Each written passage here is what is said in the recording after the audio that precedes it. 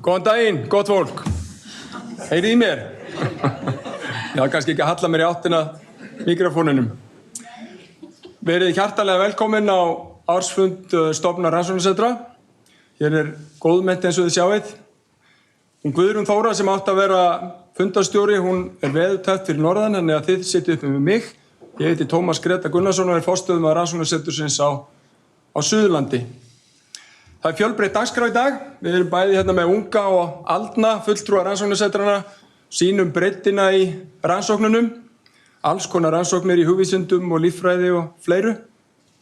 Við erum með háskólarektor hérna með okkur í dag sem ætlar að ávarpa okkur. Við langar að benda ykkur á að það eru drykkir líka þarna í glugganum frammi, þar sem þið getið fengið ykkur, en ég held að okkur sé ekki neitt til setunar, ekkert að vanbúnað að byrja, þannig að bjóðum bara Silju Báru, háskólarektor, velkomna. Takk fyrir.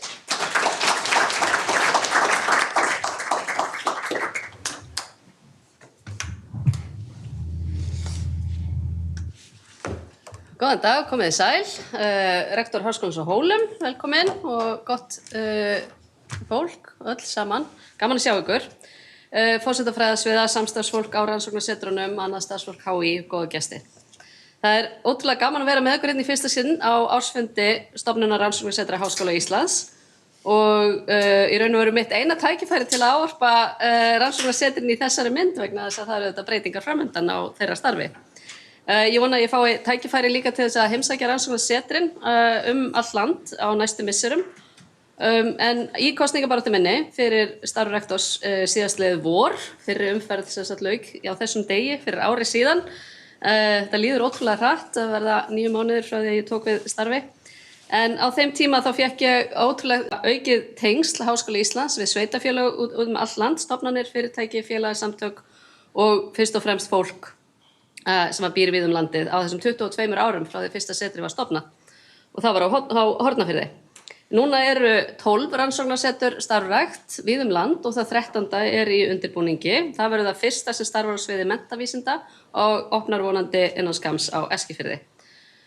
Skýrsla stofnunarinnar kom út í morgun og það ekki bara, já, ég fékk hana rafræna í bítið og hún ótrúlega umfangsmikil og fróðleg. Hún sýnir okkur að það í fyrra voru 52 starfsmenn í rannsóknasetrunum í 33 stöðugildum sem ámóta fjöldi og var árið áður, 24 starfsmenn í akademískum störfum, þar af 5 nýdoktorar og mér finnst þetta alveg ótrúlegur árangur og langar að hrósa ykkur bara fyrir það gríðarlega starf sem að verið að vinna. Það okkur auðvitað mjög mikilvægt að rannsóknir séu stundaðar allt land. Við viljum nýta ólíkar aðstæður á svæðum landið og til þess að skapa nýja þekkingu og auka tækifæri í byggðum landsins. Við vorum í gær nokkuð stór hópur á Hólum og ég myndi að tala hvernig við sjáum fyrir okkur að aukin styrkur háskólastarfsemi þar efli svæðisbundið starf, tengsl við atvinnulíf, tækifæri fyrir fólk til þess að stunda nám og fá síðan störfi hæfi í sinni heimabyggð. Og það finnst mér gríðarlega mikilvægt hlutverk okkar og hlutverk setrana við að vinna svona við landið. Við erum með fjölda meistara og doktorsnema sem að koma að setrunum til að vinna rannsóknarverkefni sín og núna eru 5 setur með rannsóknarstyrk fyrir framhaldsnema og námskeið á vegum deildaskólans fara fram við sum setrana og það auðvitað gríðarlega mikilvægt tækifæri til þess að fjölga framboði á námi byggðir landsins og þá fá líka nemendur við HÍ tækifæri til að taka hluta af sínu námi í heimabyggð eða einmitt fjarri heimabyggð hérna í borginni. Og þetta hluti af því sem ég vil að við tryggjum til lengri tíma að Háskóli Íslands sé að þjóna landinu öllu og sé í raun og veru í framkvæmd, ekki bara í orði, háskóli allra landsmanna. Við erum núna að undirbúa stefnu HÍ til næstu ára og þar leggja áherslu á að við tryggjum öflugt samstarf við samfélag og atvinnulíf. Það sem grunnrannsóknir og hagnýting þeirra verða mikilvæg undirstaða nýsköpunar, verðmætasköpunar og velsældar til framtíðar. En góðgestir, Háskóli Íslands á þessar mundir í samtali við stjórnvöld fjármögnun háskólastigsins. Ég held að það ekki farið fram hjá neinum sem að hér starfar eða nemur að okkur skortir töluvert upp á að standa jafnfætis samanburðarskólum á Norðurlöndunum. hvað varðar opinbera fjárveitingar. Okkur vantar í raun og veru 6 milljarða til þess að svo getur verið 20% ofan á okkar föstu fjárveitingu. En í þessu samhengi líka gaman að sjá að velta stofnunar rannsóknasetra HÍ var 600 milljónir króna á síðasta ári. Þessar litlu einingar, hver og ein í raun og veru gerir ótrúlega mikið. Og sértekjur 70% tekna stofnunarinnar, sem gríðarlegur árangur og sýnir auðvitað bæði sterka akademiska og samfélagslega stöðu setrana. Framlög sveitarfélaga til einstaka setra og almennur stuðningur þeirra líka mjög mikilvægur og það kannski sérstaklega má nefna sveitarfélögunum Húnaþingi vestra og þakka sveitarfélögunum í Húnaþingi vestra og Skagafirði sem að standa að baki rannsóknarsetrinu á Skagaströnd ásamt Skagaströnd og svo sveitarfélögunum Hornafirði sem að jók framlag sitt til rannsóknarseturs HÍ þar í bæ á árinu. En stofnun Rannsóknasetra Háskóla Íslands hefur sett sér það markmið að fjölga fastráðnu starfsfólki setrana þannig að við hvert þeirra verða að minnsta kosti 2 starfsmenn. Við vitum góð samstarfskona mín Margrét Björnsdóttir sem var við stofnun stjórnsýslu og stjórnmálafræða og áður við endurmenntun. Hún átti frábæran frasa sem sagði að það sem ekkert nema einyrkjar þar verður fólk fljótt að öryrkjum. Þannig að við viljum auðvitað tryggja það að þið séu ekki að vinna ykkur í kaf. Það sé fólk sem að deilir álaginu með ykkur, það skiptir greiðlega miklu máli. Það eflir líka bara alla getu til rannsókna og til þess að sinna störfum. En árangur setrana í sjóðasókn mjög góður en það umhugsunarefni að rúmlega helmingur ársverka var á síðasta ári fjármagnar að hluta til eða í heild með rannsóknarstyrkjum og öðru sjálfsaflafé. Okkur vantar grunn fjármögnun og það eitthvað sem við viljum vinna að tryggja til lengri tíma. Þannig að stofnun rannsóknarsetra geti betur staðið undir því þróttamikla starfi sem að hún sinnir. Við hlakka til að kynnast enn betur starfsemi einstakra setra en vil nota tækifæri hér og þakka starfsfólki rannsóknarsetrana og sérstaklega og ráðgefandi nefnd stofnunarinnar fyrir gott starf á nýliðnu ári og þakka Birnu Gunnarsdóttur, verkefnisstjóra og Sæunni Stefánsdóttur, forstöðumanni, fyrir undirbúning þessa ársfundar. Þegar ráðist var í stofnun fyrsta rannsóknarsetursins, núna fyrir rúmum 2 áratugum, held ég að engan hafi órað fyrir þeirri þróun sem að myndi eiga sér stað og hversu öflug og víðtæk starfsemin gæti orðið á ekki lengri tíma. Þessi þróun ber skýrt vitni því hverju hægt að áorka þegar að metnaðarfull langtíma markmið, kraftmikið vísindafólk, sterk tengsl og stuðningur nærsamfélagsins koma saman. Núna standa Háskóli Íslands og Háskólinn á Hólum frammi fyrir nýju og metnaðarfullu verkefni myndun háskólasamstæðu. Við erum orðið svolítið langeyg eftir því að þingið skili okkur frumvarpinu í höfn. En eins og ég sagði, við vorum í gær að Hólum og áttum þar alveg frábært samtal við starfsfólk og nemendur og svo starfsmannafund þar sem að fólk fékk að vera sínar áhyggjur og væntingar af því það bæði til staðar. Framtíð þessara stofnana þegar þær ganga í eina sæng. En háskólasamstæðan á að efla samkeppnishæfni háskólana, bæta gæði náms og rannsókna, styrkja stoðþjónustu og auka tengsl við atvinnulíf og samfélag allt land. Og ég geri stundum grín að því að stjórnmálafræðin hún snýst að búa til betra samfélag, setja reglur sem hjálpa okkur að gera það. Alþjóða stjórnmálafræðin sem mitt fag, hún snýst stríð og hörmungar, þannig við höfum svona tilhneigingu til að vera neikvæð. En ég vil horfa á þetta sem tækifæri. Það auðvelt að festast í neikvæðu hliðinni og í vandamálunum sem getur komið upp. En ég held að skipti gríðarlega miklu máli að við styðjum við tækifærin, við undirbyggjum þau og grípum þau í þessu ferli og horfum á bara tækifærin sem koma með því að fá þessa litlu einingu sem tengist ótrúlega mörgum fræðasviðum og í raun og veru hefur möguleika á að vinna svo vel með svo mörgum af rannsóknarsetrunum líka. Þannig ég sé þessa litlu einingu geta komið inn og opnað alls konar gáttir fyrir þverfræðilegt samstarf sem að við sem erum föst inn í okkar fyrirframmótuðu hugmyndum okkar fræðigreinar eigum erfitt með að gera stundum. En samstæðunni sem sagt ætlað að styrkja stöðu Háskóla Íslands sem leiðandi háskóla í íslensku samfélagi og Háskólans á Hólum sem sérhæfðs háskóla á landsbyggðinni og að efla þannig okkar starfsemi allt landið. Aftur að við verðum háskóli landsins alls. Samstæðan á að vera eftirsóknarverður samstarfsvettvangur fyrir fleiri háskóla og rannsóknarstofnanir og sem liði í þessari þróun að þá í raun og veru erum við að fara að færa stofnun rannsóknarsetra Háskóla Íslands inn í hólaeininguna til þess að styrkja starfið okkar allt land og vonumst auðvitað til þess að þannig eflist enn frekar starfsemi rannsóknasetranna og styrki hlutverk þeirra og skólans. Land allt. Og svona skipulagsbreytingar eru auðvitað geta verið skapað óvissu og óvissa vekur ýmsar tilfinningar oft erfiðar og neikvæðar. En við höfum stofnað starfshóp til þess að undirbúa þennan flutning og ég hef miklar væntingar til þess að hann skili okkur góðri útkomu. Hlutverk hópsins ekki eingöngu að meta hvernig best verði staðið að flutningi höfuðstöðvanna, heldur einnig að koma með tillögur hvernig við eflum starfsemi rannsóknasetranna land allt. Og okkur full alvara með það að styrkja verðandi Háskóla Íslands á Hólum í samstæðunni og efla þannig starfsemi setranna allt land. Og það eitthvað sem að ég vona að við viljum öll gera saman. Ég ætla ekki að taka meiri tíma. Takk fyrir að vera hér í dag og ég biðst fyrir afsökunar. Ég þarf að mæta á fund klukkan 2 út í aðalbyggingu, þannig ég þarf að hlaupa út svona það leyti sem að Hermann tekur til máls. En vonaði ég góðan dag saman. Takk fyrir mig.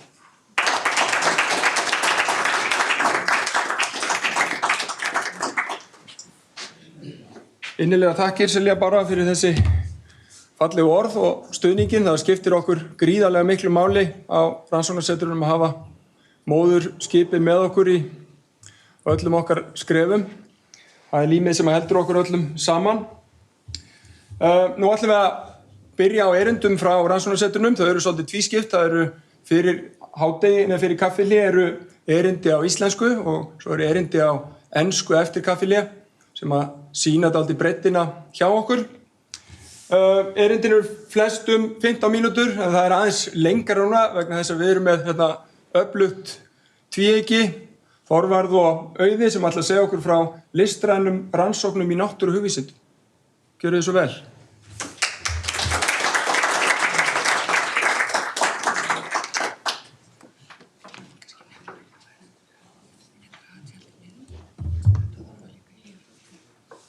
Það mælt með því að þið horfið á þetta tjald. Það eitthvað bílað. En hvar eru glærurnar okkar? Nei, það koma. Það líka þarna og þarna. Horfum ekki á ykkur þá. Ég gleymdi að segja að ég fyrir að baða út öllum öngum þegar 5 mínútur eftir. Já, ég bara þarf að gera eitthvað undir glærurnar okkar. Eitthvað glæru sérfræðingur eða? Hvernig það hérna á? Það ekki bara hérna? Hér. Hér. Já, komið þið sæl og það ótrúlega gaman fyrir okkur að fá að vera hérna saman með erindi. Þessi 2 setur sem höfum verið í umhverfis hugvísindum. Eitt aðeins lengur, annað setur aðeins lengur og ég svona aðeins styttra. Já, þetta svona einstaklega gaman að geta saman kynnt hvað við höfum verið að gera undanfarið. Listaverkið Hækkun sjávar eftir Heklu Dögg Jónsdóttur mynd af hafi sem var prentuð á filmu og límd á glugga gallerísins Spekta í Kaupmannahöfn. Á myndinni hafði RGB litaskalinn verið bjagaður á útreiknaðan hátt.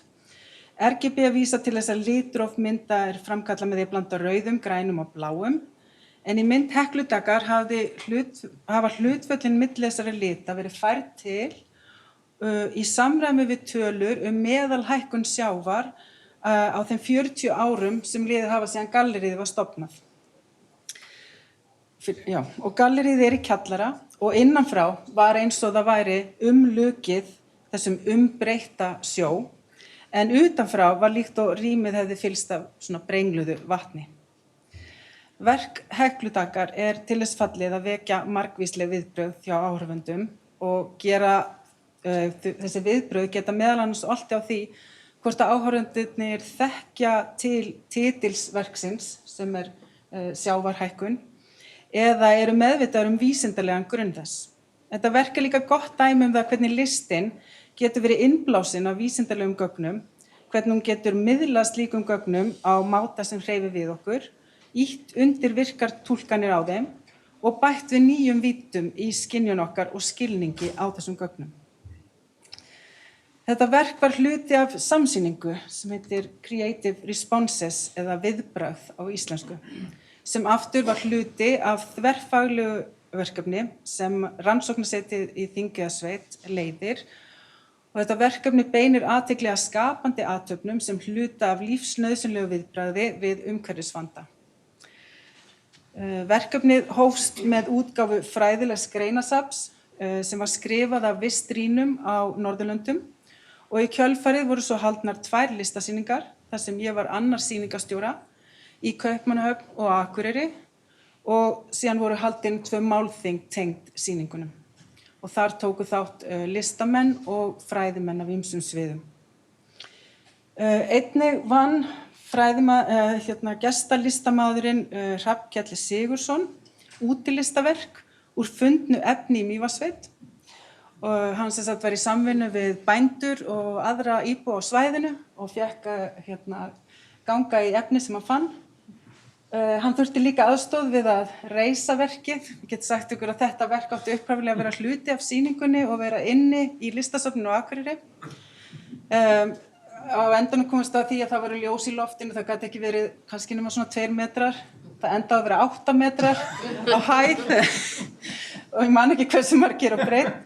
Við reyndum að fá leyfi til að hafa það fyrir utan listasafnið, það var of stórt, þannig að endanum ákváðu að þetta verk væri bara of stórt fyrir Akureyri.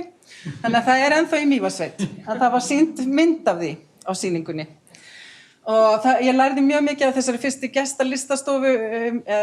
gestavinnustofu minni að næst ætla ég helst að fá manneskju sem vinnur við að skera út í pappír inni. En hann vann líka skúlptúra sem var mjög skemmtilegt verkefni með nemendum úr Þingeyjarskóla og þetta eru dæmi þá frábæru skúlptúra. Við fengum 6 skúlptúras og við notum þá líka á sýninguna í listasafninu og þau tóku sér mjög vel upp þar. Ég bókmenntafræðingur og ég hef þar til nýlega einblínt á texta í mínum rannsóknum. Þannig að þegar ég fór svona hálf hikandi að fikra mig yfir í það að rýna í myndlistaverk fyrir svona, einmitt nokkrum árum, uppfull af óöryggi, þessu óöryggi sem fylgir því að fara út fyrir sitt fagsvið, þá grunaði mig sem betur fyrir ekki að nokkrum árum seinna var ég búin að koma mér á bólakaf í þetta spennu þrungna verkefni að stýra risa listasýningu með 15 þekktum listamönnum í listasafninu á Akureyri. Og ég hefði örugglega ekki þorað því þá heldur. En það einmitt þarna sem að örygginu sleppir og fiðringurinn í maganum byrjar að þar gerast spennandi hlutir í rannsóknum og bara í lífinu. Og það gefur svona dýpri innsýn í verkin sem ég horfi þá yfirleitt á úr fjarlægð, að vera bara komin þannig á gólfið með verkin bókstaflega í höndunum og innan listamennina og í samtali við listamennina verður þátttakandi með þeim líka í að skapa svona konkrét sýningu. Og það gefur mér líka tækifæri til að praktísera í verki svona abstrakt fræði sem ég hef verið að stunda og studdist við í þessu ferli. Þannig að ég svona jarðtengja fræðin ef svo má orði komast. En ég hef samt mín takmörk og ég hef ekki fundið neina hvöt hjá mér til að skapa sjálf listaverk. Ég lít samt á fræðiskrif sem sköpun. Þau eru meira en starf, þau fylla mann sköpunar gleði, þau eru hluti af tilverunni og þau gefa manni tilgang. En ég hef aldrei sett verkið mín fram sem listaverk. En það hefur þú gert, Þorri, og mér langaði svona að fá þig til að segja okkur hvaða gildi það hefur í þínum huga að hafa stigið það skref og fyrir þín sýn á samspil vísinda og lista. Já, takk fyrir það, Auður. Og kannski fyrst að ég bara hér stendi og get ekki annars. Ég held ég að þetta hafi verið óhjákvæmilegt að ég myndi lenda á þessari braut. En mér fannst þú lýsa þessu alveg frábærlega og ég vil segja að þessi einblöðungur þinn bara, hann svo djúsi, það svo mikið í þessu. Ég var að punta niður, hellingur af punktum. En flest ef ekki öll hérna þekki vísindarannsóknir. Spenna, gleði, tilgangur.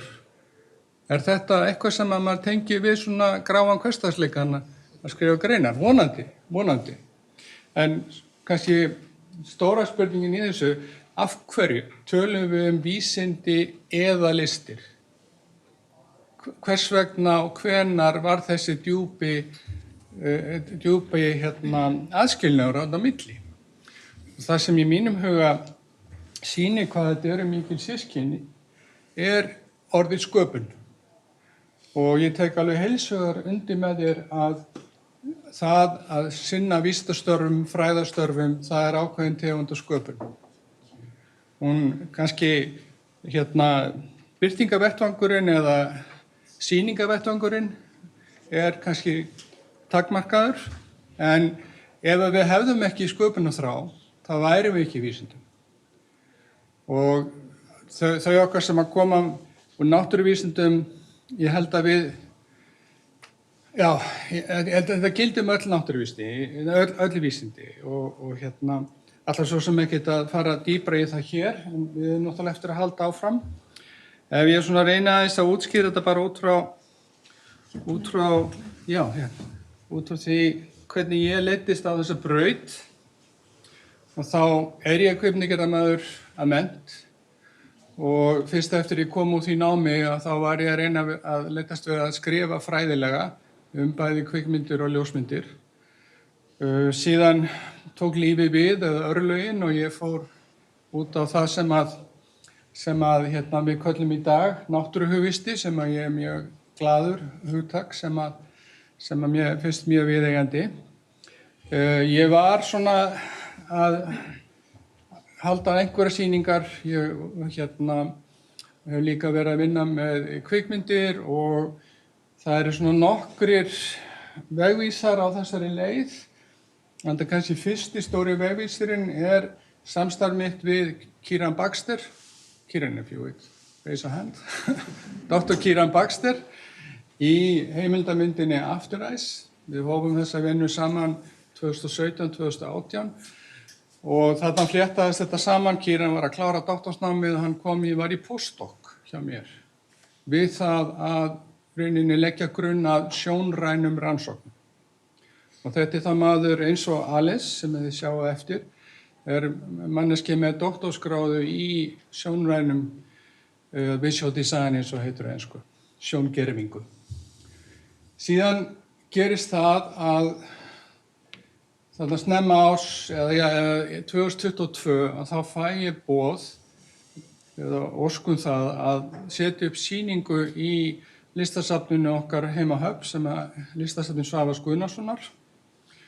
Og ég ákvað að stökkva á þetta. Ég stökk út fyrir það endaramman, af því að þó að ég haldi ljósmyndasýningar og verið með kvikmyndirnar mínar á hátíðum, ég hef aldrei tekið þátt í svona sýningu, eða nánast aldrei. Og þar skipti höfumáli að vera með góða sýningarstjóra, og það var Þóranna Dögg Björnsdóttir sem líka listræn samstarfskona mín, hún að vinna með hljóðrænar rannsóknir.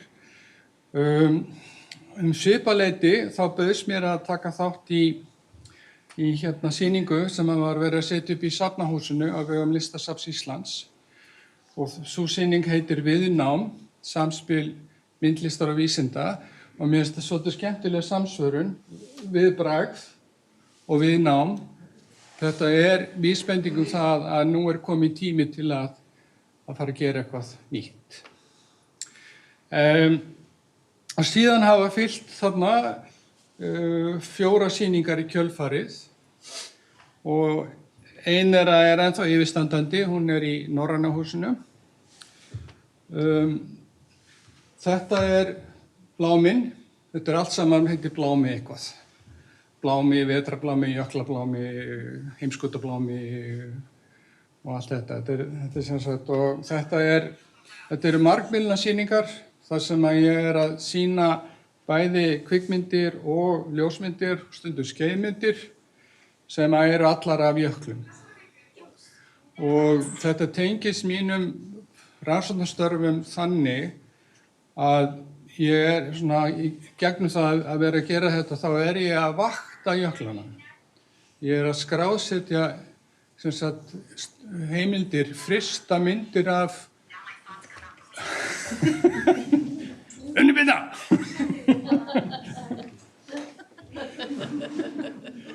Og hér ég, nú sjálfsagt sem að ég sérst fær næst brosandi á mynd, En þarna ég sem sagt þarna fyrir framan annað verkunum mínum sem í Safnahúsinu. Hitt verkið samstarfsverkefni okkar Kírans og Alisar sem svona loka afurð úr verkefni sem heitir Breiðamerkurjökull 2121 og fékk vísinda- og nýsköpunarverðlaun Háskólans. Jöklablámi, hann var settur upp í sumar, verksmiðjun á Hjalteyri, gamalli síldarverksmiðju, svakalegu gímaldi og það var í rauninni tengslum við þessa sýningu sem að ég allt í einu fattaði tengingu á milli þess sem ég að gera í með ljósmyndir og kvikmyndir og þess sem ég hef verið að rannsaka í tengslum við landslag í meira en áratug. Allt í einu var það til einhver tenging. Og svo það Gárur, Red Bull sem í Norrænhúsinu og stendur enn yfir. Ég mæli endilega með því að kíkja á það, ekki til þess að horfa á mína myndir endilega, heldur bara að sjá þessar 3 frábæru listakonur sem eru þarna. En svo það Vetrarbláminn sem síðasta sýningin sem við sett upp og hún var hérna í Loftskeytastöðinni. Og þar í kringum þá sýningu þá náði ég ákveðnu öðru svona breakthrough. Þá allt í einu náði ég að tengja saman sjónrænarhlutann, maður veit aldrei hvort það vinstri eða hægri hluti heilans, en það allavega öðrum megin sjónrænarhlutin og hinum megin málræni hlutin og þetta allt í einu svona farið að byrja að tala eins saman. Þannig að það eitthvað sem við þurfum að ræða. Og þá líka kemur þetta svona meira beint inn í mín rannsóknarstörf af því að ég að fá þarna einhverja jarðtengingu eins og Auður nefndi, í gegnum þetta starf og í gegnum myndirnar, gögnin sem ég að safna, sem að gera mér kleift að hugsa á nýjan hátt fræðilega. Þannig að ég bara hellti mér út í það að fara bara að tala um verundir jökulsins. Það komin og bólakafi í verufræði. Og þetta finnst mér bara býsna góð nálgun hjá mér, svona þráttur allt.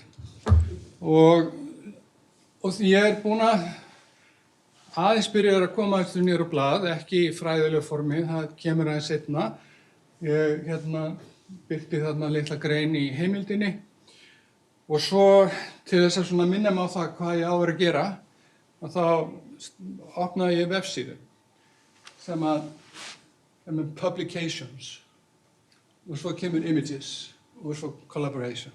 Þannig að þetta áminning til mín það að ég þarf, ef ég ætla að vera trúr þessu sem ég búin að segjast vera að gera, að ég sé að reyna að tvinna saman vísindi og listir, vinna þverfræðilega, að þá þarf ég að standa við það.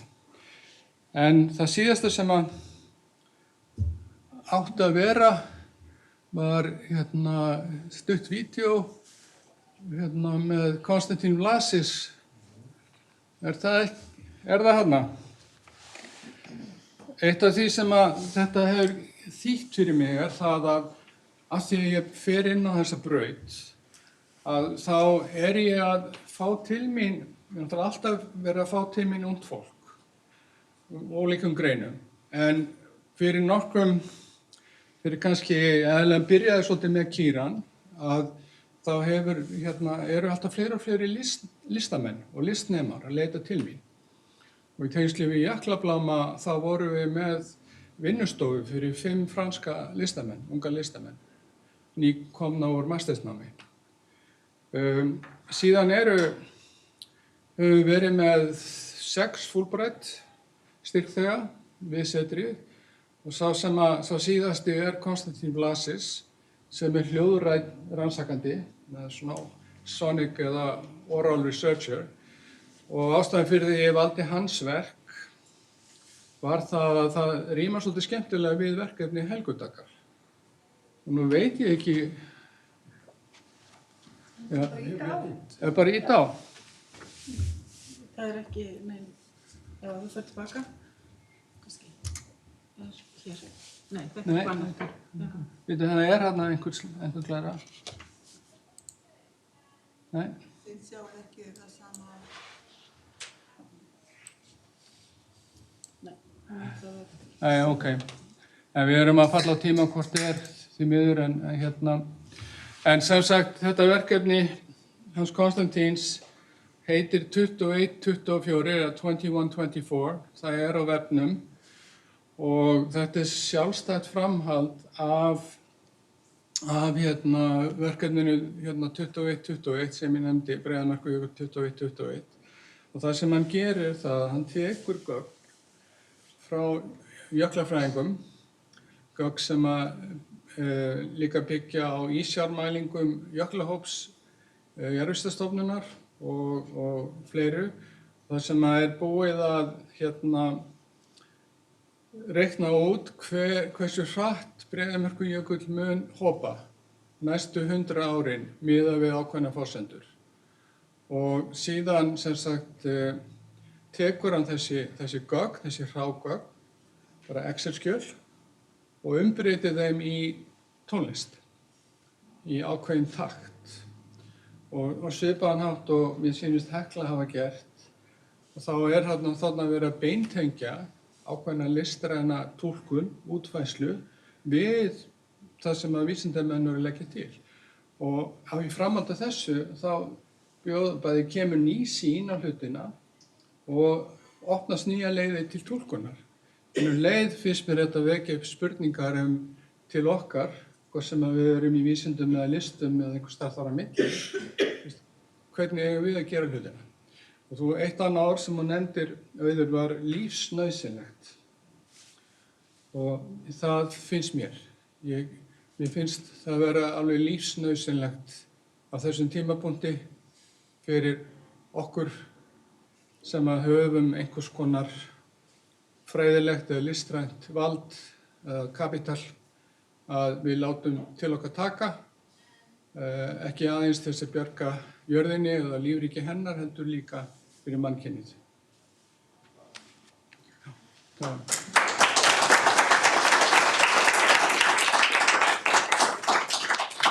Það er svolítið tími eftir eða viljið spyrja því ekki. Einhverjar spurningar? Þess kannski með segja frá að þau eru að flesta ritstýra saman ritinu að það ekki með þetta þema? Já, eða við Þórana. Ég er búin að alveg negla þessi niður grein eftir Auði, sko. En já, við Þórana Dögg sem er nýtekin við dósentstöðu við Listaháskóla Íslands, er þar í nýju námi, þverfaglegu námi, sem er samstarfsverkefni milli LHÍ og HR, að við erum búin að fá samþykki fyrir því að vera með þemahefti í ritinu, tímariti Hugvísindastofnunar, samspil vísinda og lista. Og fyrst að Sofía nefnir þetta, þá eru þið hér með bara upplýst þetta og þið megi endilega senda mér nótu ef ykkur langar að taka þátt í þessu. En hvað er næsta dagskrá hjá þér, Auður? Já, ég var eiginlega búin að lofa sjálfur mér þegar ég kláraði, við varum með svona sýningarlok í febrúar og lauk þarna sýningunni á Akureyri og ég sagði aldrei aftur. En ég er búin að lofa að vera með aðra sýningu. Og hún er í október og það er reyndar alveg óbúslega skemmtilegt verkefni. Það heitir Extremes og það er þverfaglegt líka. Þau fóru í rannsóknarleiðangur með rannsóknarskipi Norður Atlantshafi. Þau voru að rannsaka háhitasvæði með drónum á hafsbotni, taka sýni. Það voru líffræðingar, jarðfræðingar, mannfræðingur og listamenn sem fóru í þessa siglingu. Og það voru 3 íslenskir listamenn sem voru á mínum vegum og svo voru 3 frá öðrum Norðurlöndum og á Íslandi sem söfnuðu líka gögnum og eru að vinna úr þeim núna fyrir þessa sýningu sem verður í Hvalasafninu á Húsavík í október og í svona samstarfi með Marianne sem ætlum að vera með málþing sem er að stækka kannski upp í ráðstefnu í sambandi við það. Þannig að það verður næsta sýningaverkefni, þannig að sýningastjórnin er ekki alveg búin. Hún verður aldrei búin. Ef maður er komin út á þessa braut, það er mjög erfitt að snúa tilbaka. En það var svolítið brett að fara beint inn í 15 manna sýningu. Já, og hér eru þess að sýningabæklingarnir líka. Klappa fyrir þeim aftur.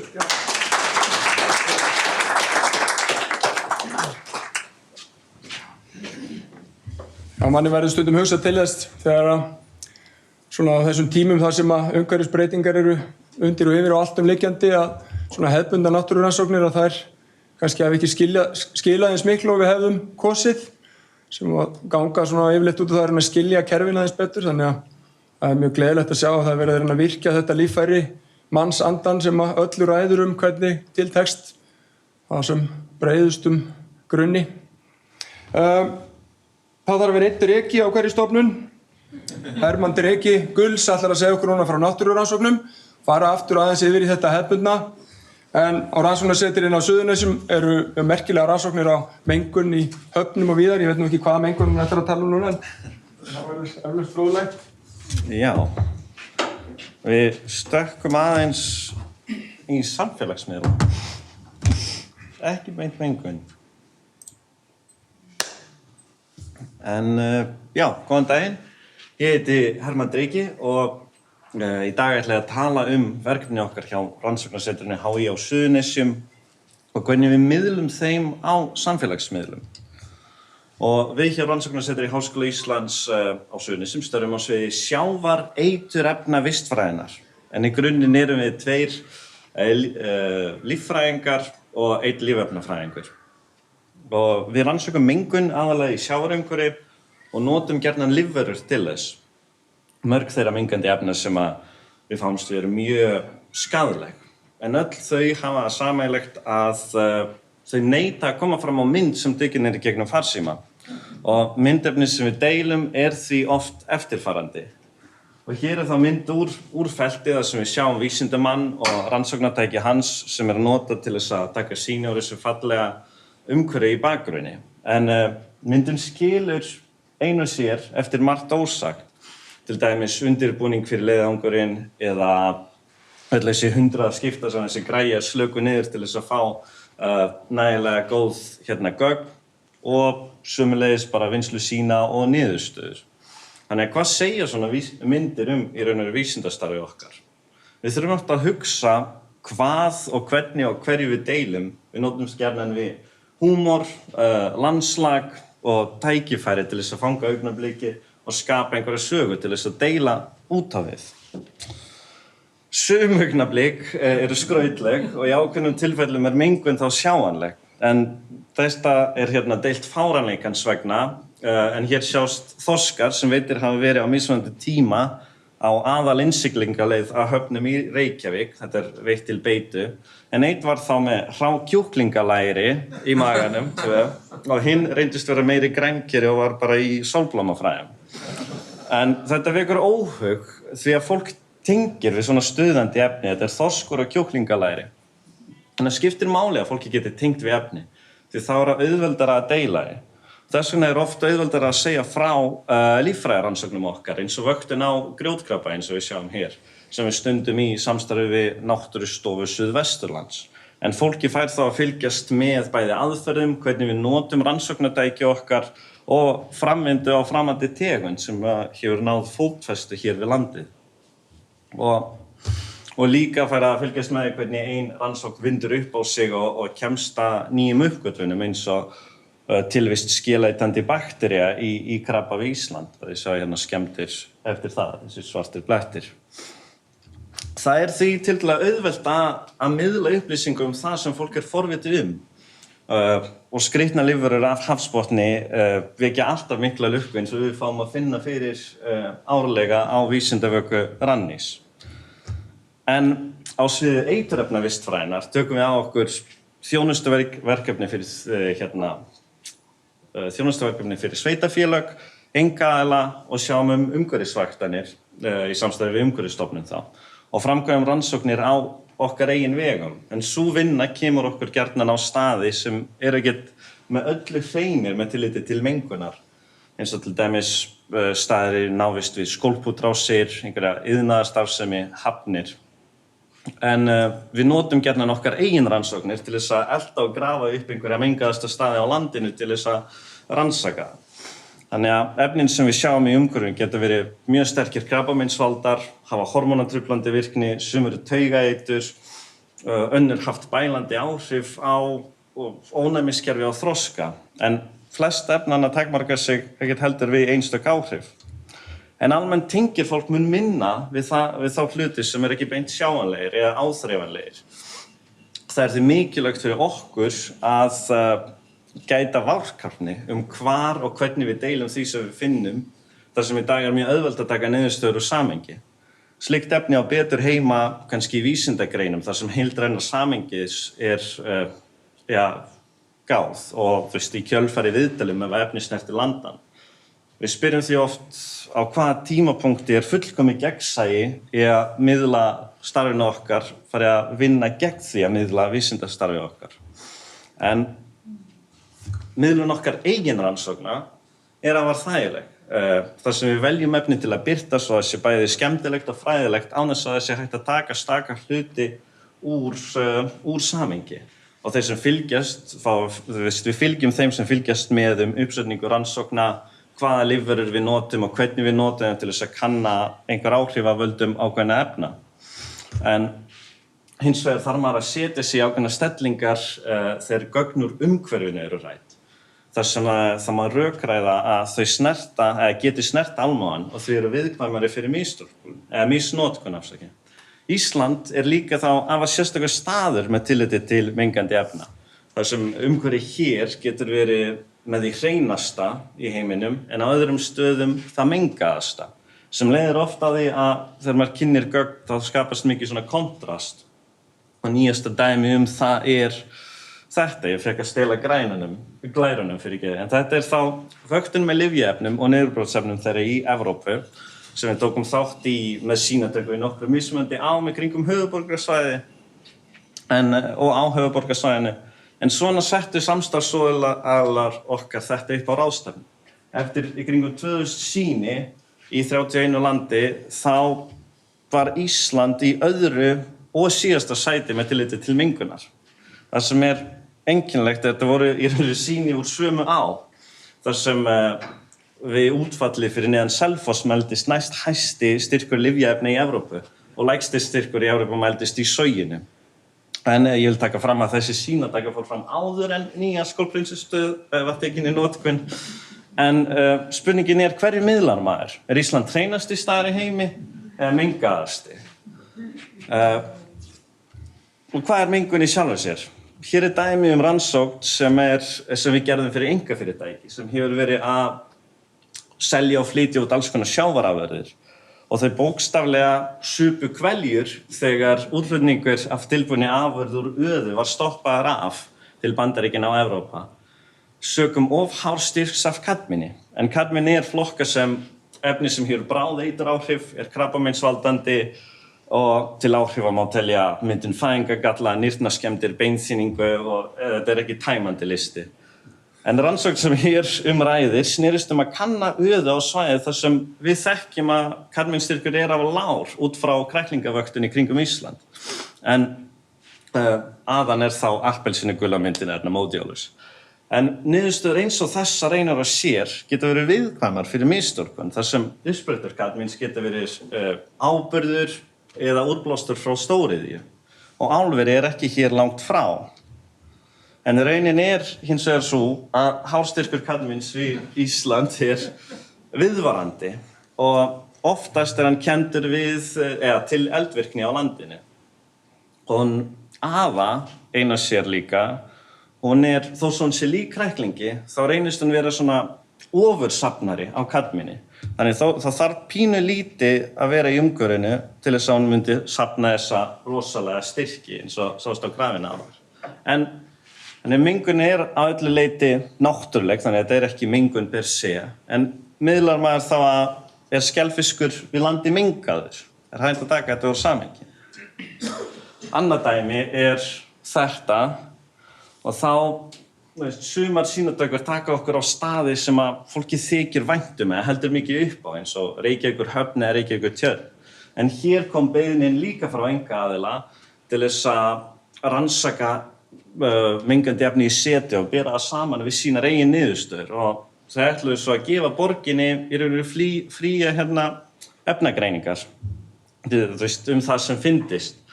En Reykjavíkur Tjörn, hefur verið rannsökuð eða vöktu áður með tilliti til vatnsgæða og lífríkis, en ekki til þeirra efna sem við vorum að fara að mæla. Og satt að segja þegar við kynntum niðurstöður fyrir Reykjavíkurborg, þá fyrstu voru ekki allir ánægðir að þetta hafi verið gert yfir höfuð. Því, þú veist, sögum hræðslu við orðspori sem geti skapast ef að niðurstöðurnar eru blásnar upp í fjölmiðlum. Og, þú veist, enda má spyrja hvort að almenningur myndi græða á því að vita það að Reykjavíkurtjörn þú veist, inniheldur krabbameinsvaldandi efni í hæstu styrkjum. Og hvað hægt að gera í því, þú veist, hvað gerir maður með þessar upplýsingar? En í kjölfar verkefnisins okkar, þá hefur tjörnin verið eftir meira eftirliti og fleiri sýnatökur voru teknar og núna með tilkomu stjórnar vatnamála eru nú gerðar kröfur endurbætur. En við hins vegar græddum á mjög skemmtilegu kennsluefni, varðandi uppsöfnun mengandi efna í órösku seti. Og það leiðir mig að svona síðasta dæmi, en öðru. Það rannsóknarverkefni hjá okkur sem snýraði að kanna bakgrunnsgildi á snefil og mengandi efna í kringum Ísland. Það hvað gæti talist eðlilegt gildi þegar við tökum bara lífveru úr umhverfi, mælum hana til að sjá. Og við notum til þess AMSUM-vöktunargögn, kræklingavöktun í kringum Ísland sem gerð árlega og við höfum verið að sinna í samstarfi við Umhverfisstofnun. En þar heilmikill listi efna sem mældur í kringum Ísland og gögnin eru opin öllum. En við það gera þetta þurfum við að fara yfir þetta, við rýnum í gögnin og við það finnast alls konar frávik eins og til dæmis þetta hér. Þetta þrávirk afleiða DDT efnis, skordýraeitur, sem áður fyrr hefur verið notuð í miklu magni sem plágu- og skordýraeitur, meðal annars til þess að sporna við útbreiðslu sjúkdóma eins og malaríu, og sérstaklega í Víetnamstríði, en í kjölfar þess hefur efni verið bannað nánast á heimsvísu eftir að veruleg áhrif á lífríki og heilsufar hafi komið í ljós og þrávirkni þess komið í ljós líka. En sögum gífurlegra þrávirkni þá finnst þetta efni hringinn í kringum hnöttinn og vísindamenn eru bara búið að viðurkenna einhvers konar bakgrunnsgildi eðlilegt að sjá allsstaðar. En það hins vegar mjög spes að rekast á svona toppa eins og við sjáum hér. Toppa í botni Hvalfjarðar á árunum 2010 og 2011 sem kannski ber að rannsaka og jafnvel deila. En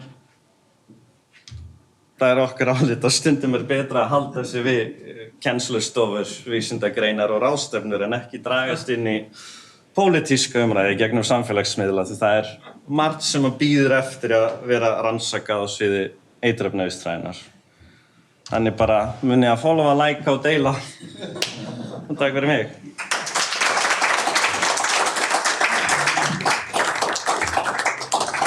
Takk fyrir þetta. Þetta frábærlega áhugavert. Þetta eru spurningar sem við stöndum öll frammi fyrir.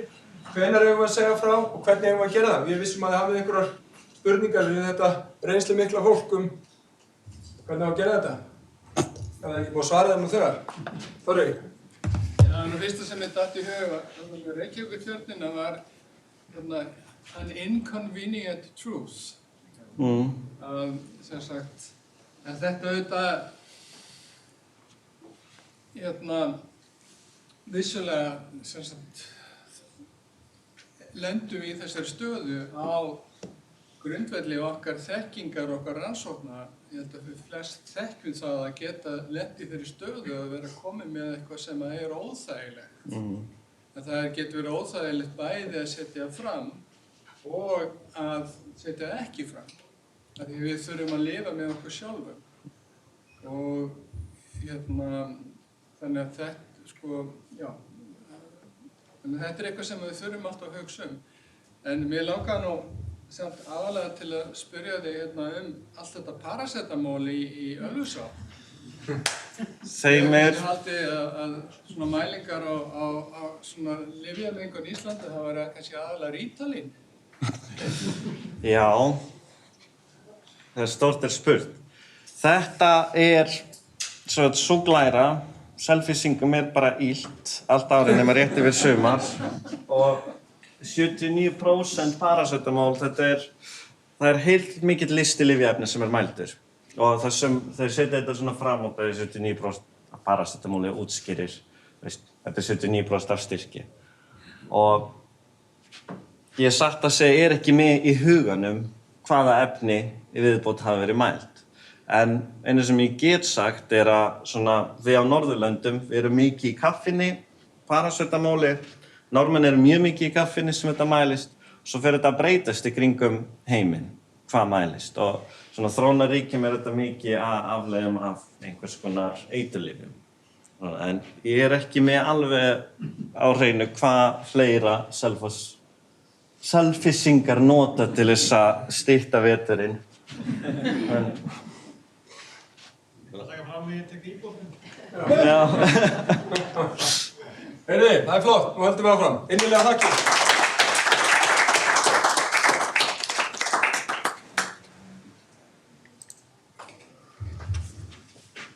Já, maður feginn að það ekki 79% af rúmmáli Ölfusá sem paracetamól. Næstur á dagskrá Jón Einar Jónsson, einn helsti sérfræðingur og norðurhveli jarðar í æðarfuglinum, búinn að starfa með æðarbændum all land. Þetta frábært módel æðarfuglinn til að rannsaka alls konar hluti. Þetta síðasta erindi fyrir kaffi, en ég bið ykkur að halda samt fullri athygli. Klukkan ekki nema rétt að vera 2. Gjörðu svo vel, Jón Einar.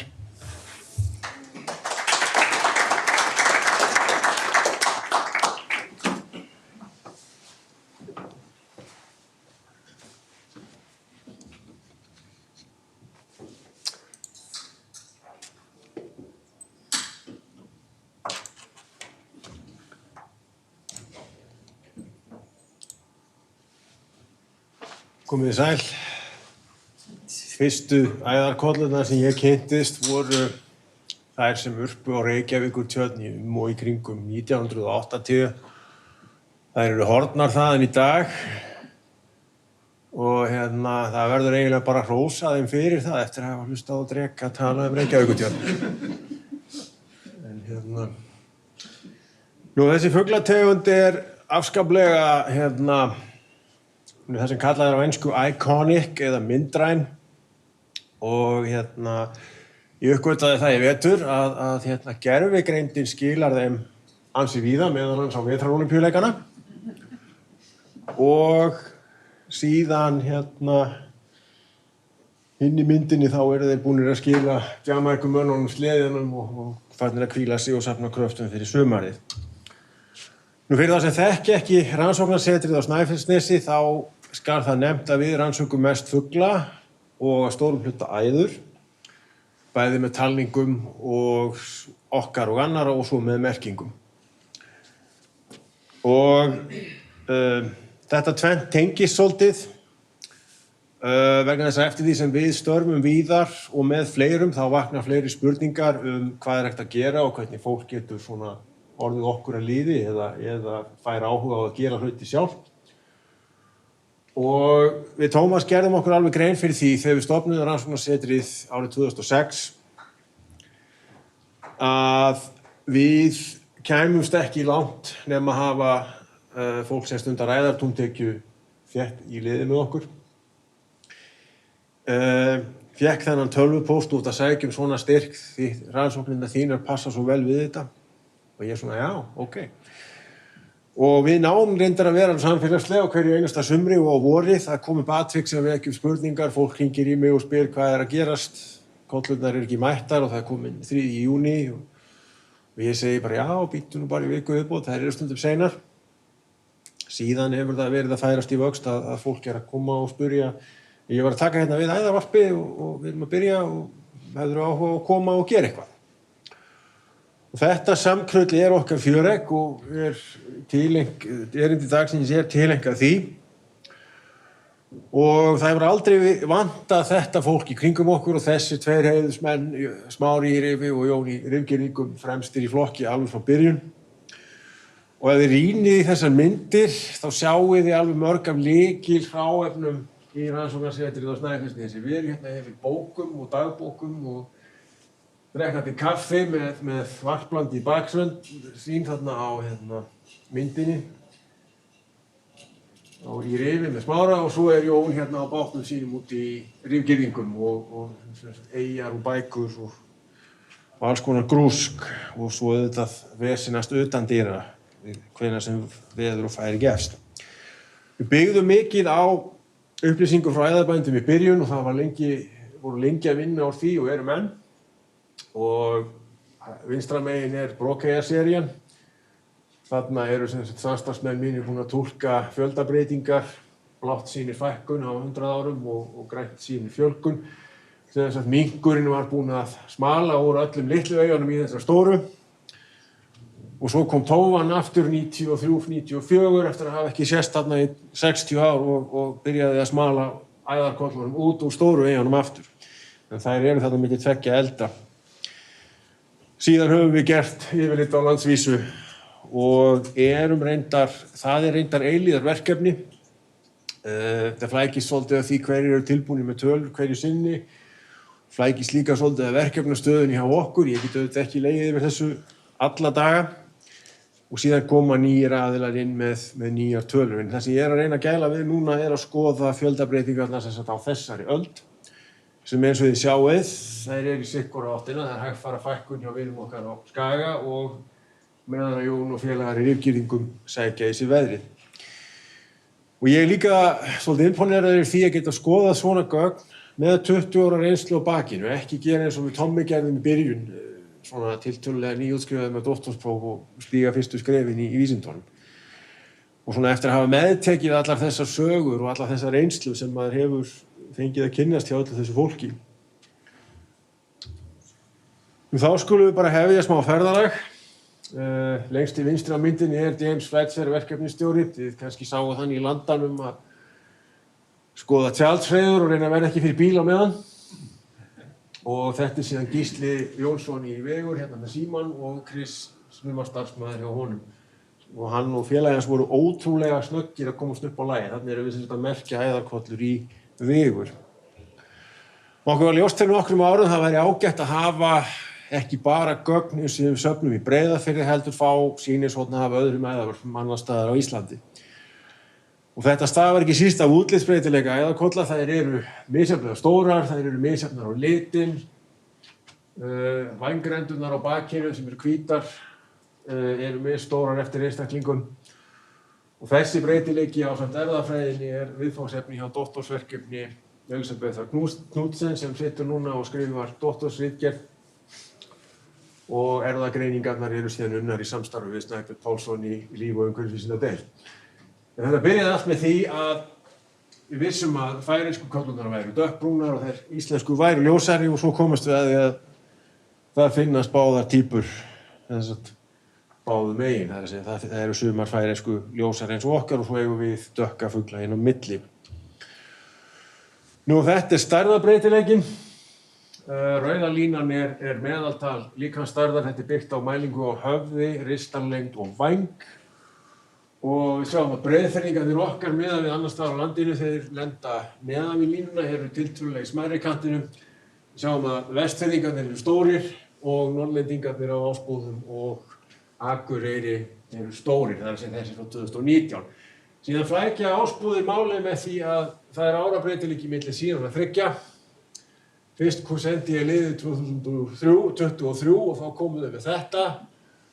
Þetta gengur ekki, það þarf að fara einu sinni enn og skera úr þetta og þá kom þriðja útgáfan. Þannig að það eins og allur stærðarbreytileiki íslenska æðarflotan sé saman komin þarna í einu æðarvarpi.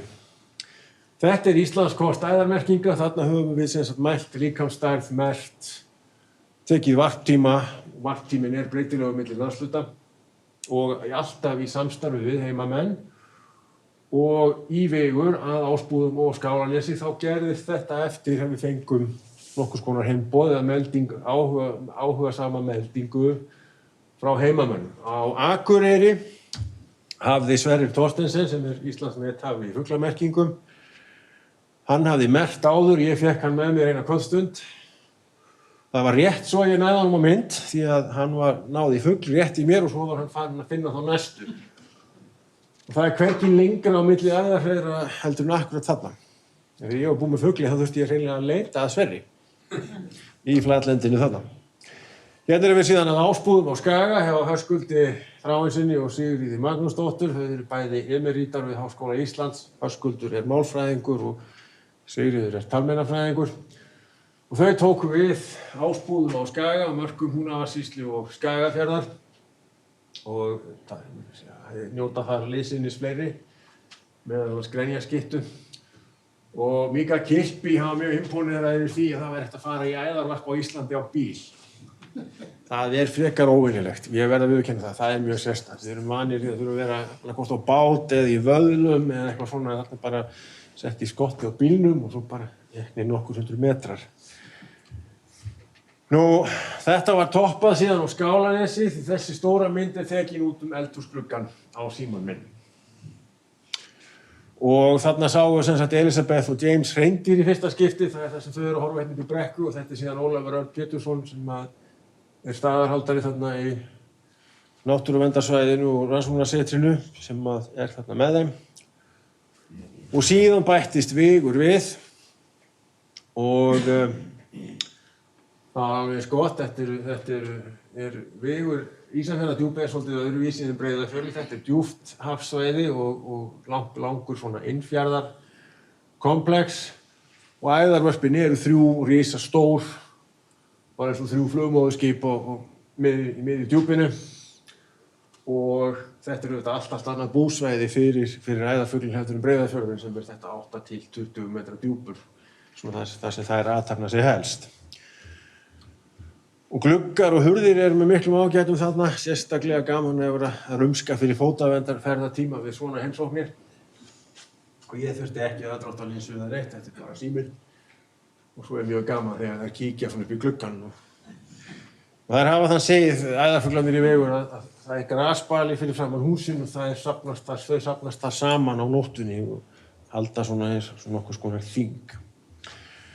Nú ákveðum að þegar við byrjuðum að setja hnattstöðutæki út fyrir norska Sea-Track-verkefnið og við vitum því afskaplega vel að þetta eru vetrarstöðvar Stykkishólms æðarfuglana, það er að segja fyrir sunnan og vestan Snæfellsnes og inn á Faxaflóa og jafnvel norður í Breiðafjörð. Og við fengum tækifæri til að setja nokkur tæki út í Vigur og í Breiðafirði og þáðum það með þökkum og bættum þeim svo við. Svo er hérna ein krúttleg læra í lokin. Keisbakka á Snæfellsnesi, þar voru Oddný og Magnús með myndinni með mér að ala upp æðarunga, þá tóku þau egg og unguðu út úr sínu eigin varpi. Því þá alast ungarnir upp í skjóli og að verða mannvanir. Þetta er gert víða á Íslandi. Og mér er tjáð af góðu manni sem þekkir þetta vel að þessir fuglar séu öðruvísi karakterar heldur en þessar sem neita að fara af hreiðrinu og bíta mann, það eru afkomendur fuglar sem hafa verið aldir upp svona. Og ég hafði heyrt svona fugla en aldrei kynnst þeim fyrr en ég kom í Skálanes. Það var ein sem ertu til í að taka þessa, við náum henni aldrei af hreiðrinu til að taka dúnin. Og sá fugla, það 50 fuglinn sem er merkt daginn. En það ætla ég ekki að hafa þetta lengra og þakka fyrir mig.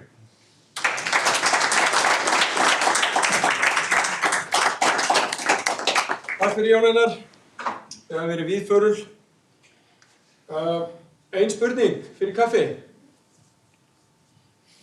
Vil ekki fresta kaffinu? Ég var forvitin með að þú nefndir færisk áhrif í æðarfuglinu fyrir austan. Er það litarafbrigði þá ef ég las rétt á fæðu? Nei, við vorum spennt að komast austur af því að Austurland snýr af Færeyjum.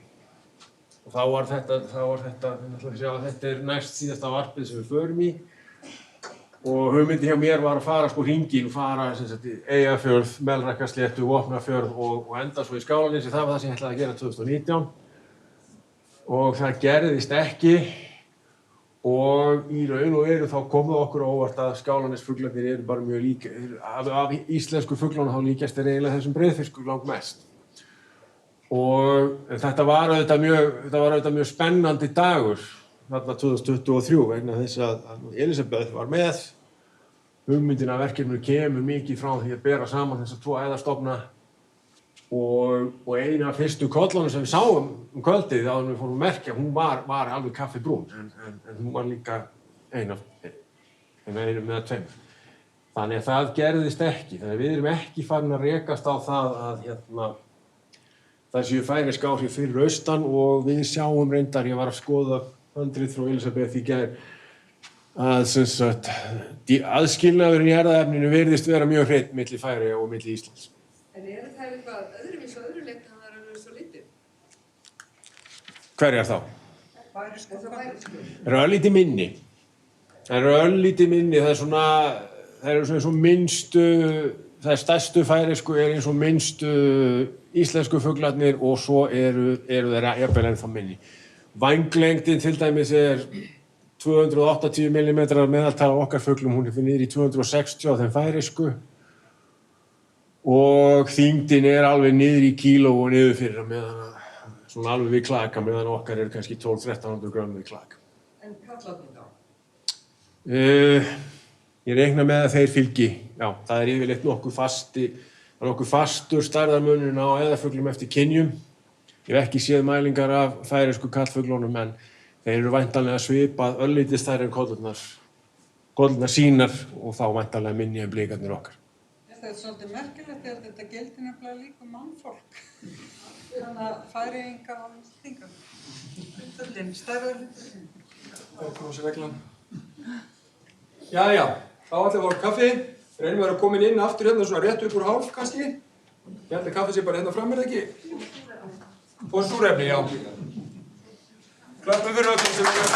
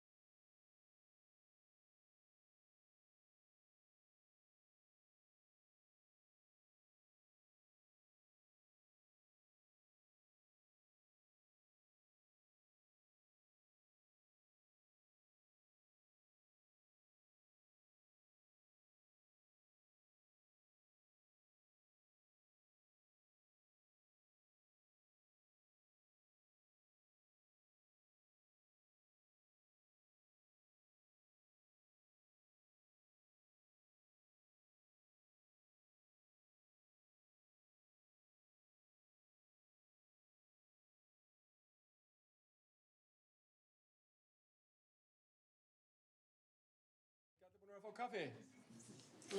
Hungraður í meiri fróðleik. Við erum aðeins á undan áætlun en það eru líklega allir konur inn, þannig að við byrjum bara. Nú ætlum við held ég að sjá stuttmynd. Alice Watterson ætlar að segja okkur frá lífinu undir fellinu. Gjörðu svo vel.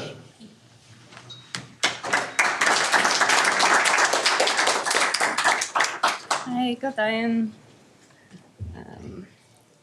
Okay, so hi, I'm Alice. I'm an artist and archaeologist, and I'm based at the Hornafjörður Research Centre in the southeast. So I specialise in science communication. So generally this ranges from traditional reconstruction painting and illustration to 3D modelling and animation, and sometimes filmmaking, which is what I'm going to be talking about today. I've mostly been working with communities in the Arctic over the past couple of years in Alaska and Canada and Greenland. But today I'm going to be talking about a recent project at home here in Iceland.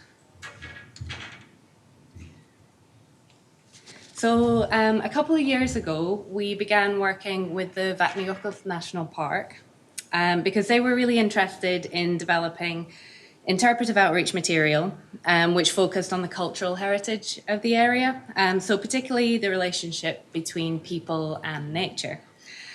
Our conversations really centred around the farms that used to be kind of scattered across Breiðamerkursandur. And one farm in particular, Fetl, had a very interesting and, as you'll see, quite dramatic history. So today, as you can see, Fetl is a ruin, so if you look at the image here, you can see the kind of green area at the base of the mountain. This is the ruins here. But in the 18th and 19th centuries, it was one of, I think, if not the largest and most prosperous farms in the area. And it had multiple buildings, it had its own church, and it was surrounded by this really rich arable farmland. In the late 19th century, the glacier Breiðamerkurjökull was much, much closer than it is today. I think actually in some of the old photographs in the kind of top corner here, you can see how the glacier is very visible and kind of almost looming around the corner of the mountain. So, you know, you can really start to imagine that the people who were living at Fetl, you know, for them, the glacier was kind of this constant presence. I mean, it's just really a short walk away. Whereas today, it's barely visible kind of way back behind the moraines. So in September 1868, there's a Jökulhlaup event, so a glacial flash flood. And this not only damages the farm, but just completely obliterates all of the farmland around it. And if you look at the image on the left, you can actually still very clearly see the path of the flood. So you can see kind of all the channels that it took and how it's kind of permanently scarred the landscape around the farm. Miraculously, in this event, nobody actually died, but the farm never really recovered. So it was just abandoned and kind of left to ruin. It's a very compelling story, but it's not very well known. And certainly, I think, you know, for the thousands of visitors that are cruising by on Route 1, which is maybe half a kilometre away from the farm, they have no idea that it's there. So working with the National Park, we began a project around Fetl, which had two phases. So the first was to design reconstruction imagery, showing how Fetl once looked. And these are going to be part of new interpretation panels, one that's going actually on site next to the ruins, and then another interpretation panel that's going to be closer to the road in a kind of new picnic area that they built a few years ago. And then the second phase of the project was creating the short film about Fetl and looking at the flood event and also people's relationship with the glacier in the past. So for the reconstructions, there's not really any historic photographs or any drawings of Fetl itself before the flood. But we do have some old photographs from similar farms nearby. And between 1970 to 79, there was quite an extensive survey of Iceland's turf houses.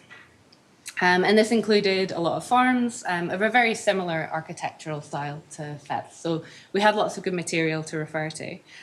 And we also worked really closely with Thorbjörg Arnarsdottir, who's a local historian.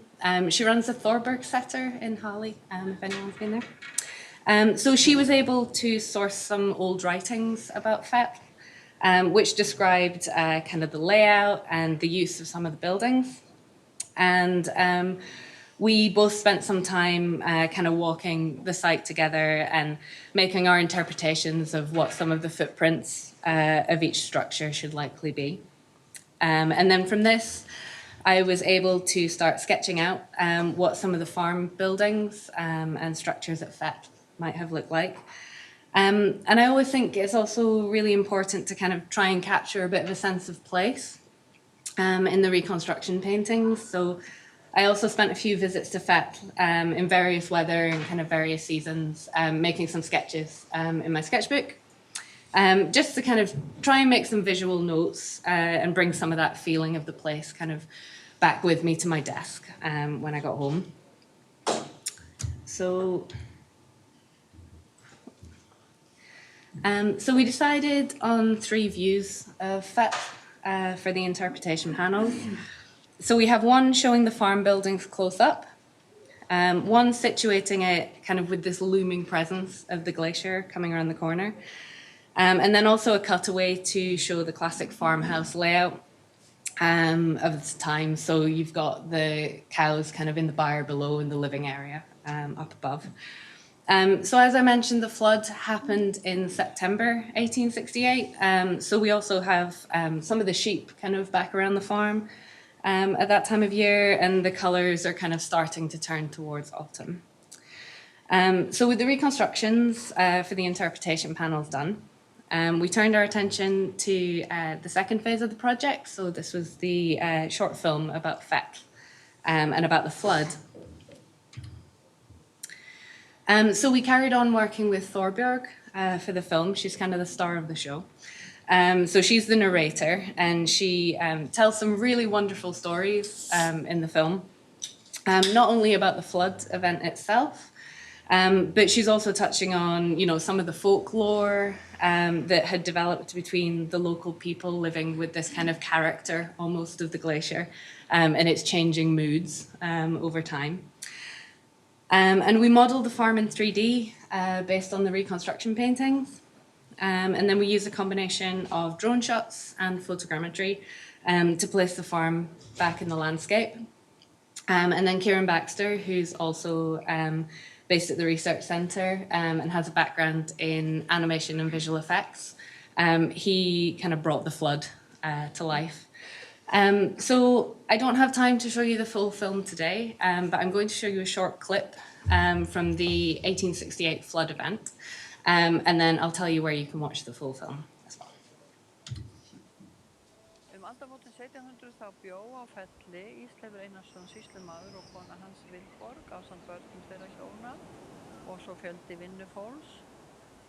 Og þá þarna sandurinn allur talinn vera vaxinn gróðri og jökullinn ennþá ekki gera neitt af sér, jökullinn ennþá tilbaka. Grasnytjar hafa verið allsæmilegar örugglega á Felli á þessum tíma, áður en að jökullinn fer að koma fram og árnar frá honum að leggja undir sig landið eins og gerðist þarna. Og þetta byrjar auðvitað með fallandi veðurfari, aldamótin 1700 og upp úr því, og fólkið sem bjó þarna þurfti auðvitað að laga sig af þessu.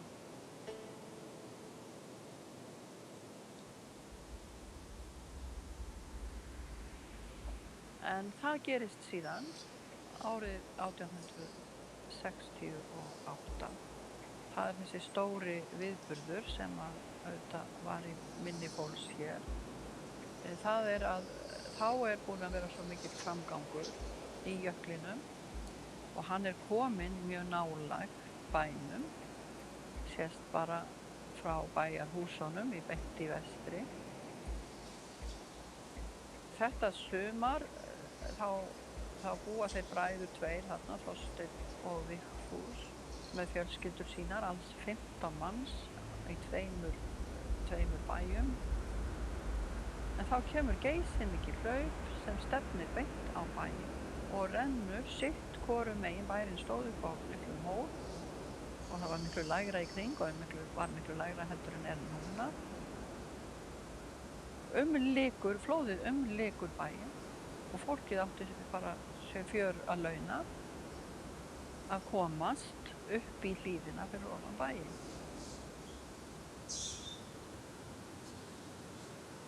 Og þetta eru eiginlega svona endalokin á búsetu á Breiðamerkursandi.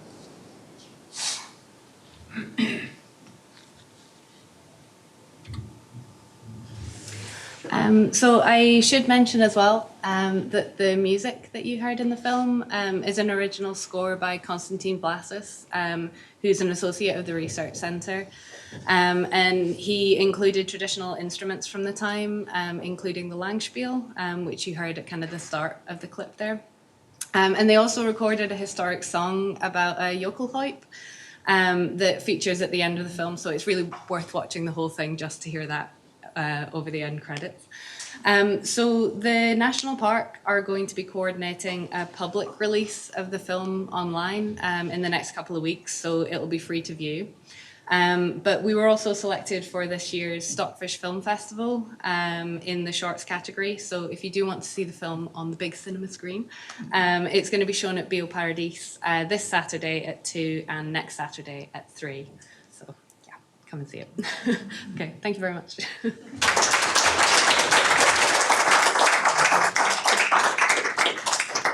Thank you very much. I must say it's like a breath of fresh air to see real artistic recreation instead of AI. Seems to be flooding our world. Yeah, this is made by humans, not AI.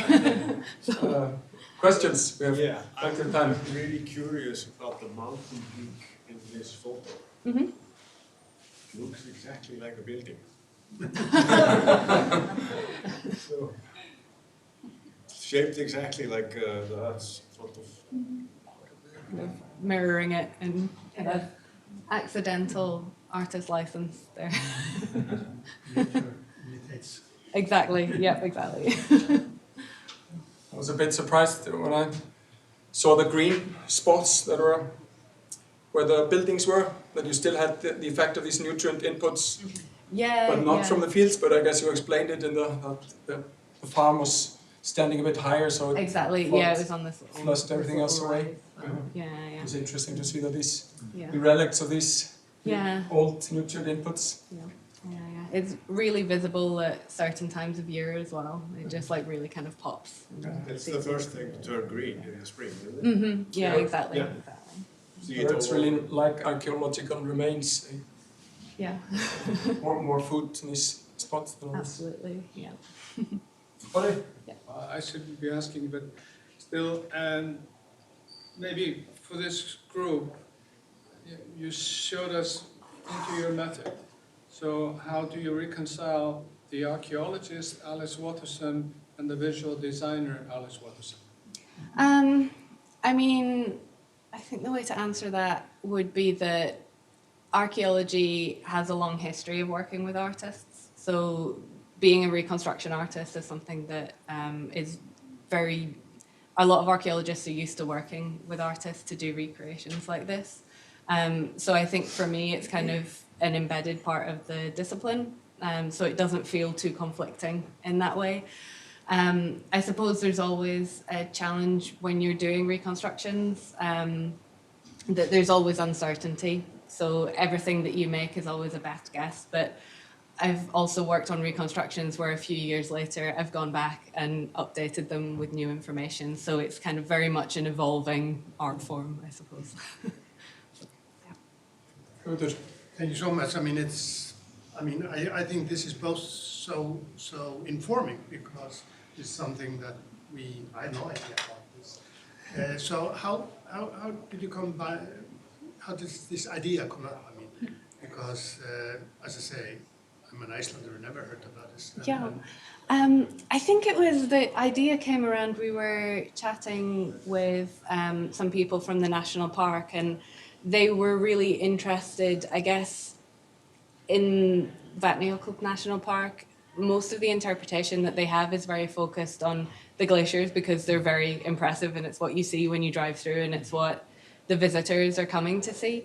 But I think they were aware that there was a lot of human history in the area as well, so they wanted to look at how we could kind of bring that together. And then I think you'd taken us out to visit Fet a couple of times before we even spoke to Thorbjörg as well. So we're kind of peripherally aware of this site, and it's it's not a nice story, it's a very dramatic, horrifying story, but there's a lot of interesting things that came out when you watch the full film around kind of people's relationship with the glacier and kind of living in such close proximity to it. So it just seemed like a nice story to kind of tease a bit more out of and explore a bit more of kind of relationship between natural landscape and human landscape and things like this. So, yeah.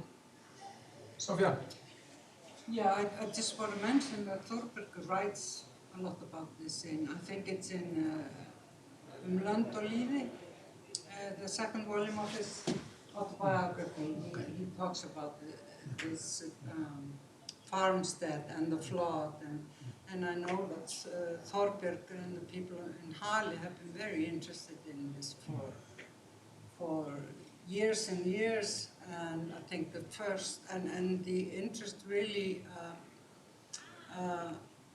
grew when the drones came and you could take the drone pictures of the ruins, which revealed a lot that you couldn't see from the ground. Yeah.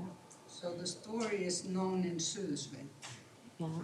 No, absolutely. If you want a further reading list, consult Sophia. She can give you many, many good sources.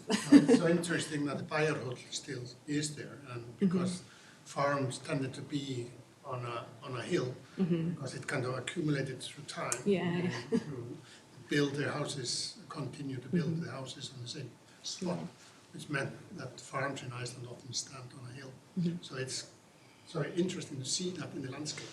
Everything is kind of grey around, but then It's this, this kind of beacon that must have in the been blood. frightening to be.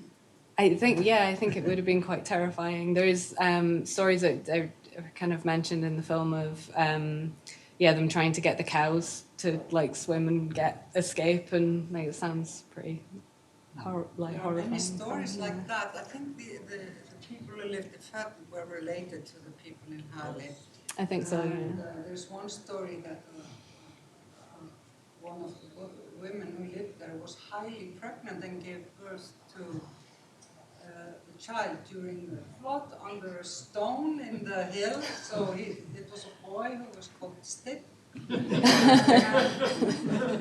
If that's the original Steinn, who is Þórbergur's grandfather, I can't really remember, but it's a name that's gone in the family since then. That sadly didn't make it into the film, but next time. Good stuff. Okay, thank you very much.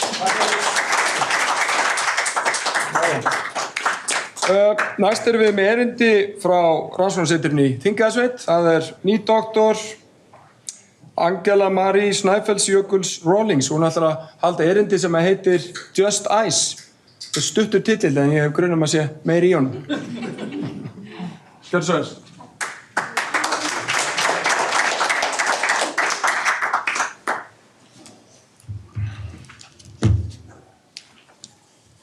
I'm not too sure how this works.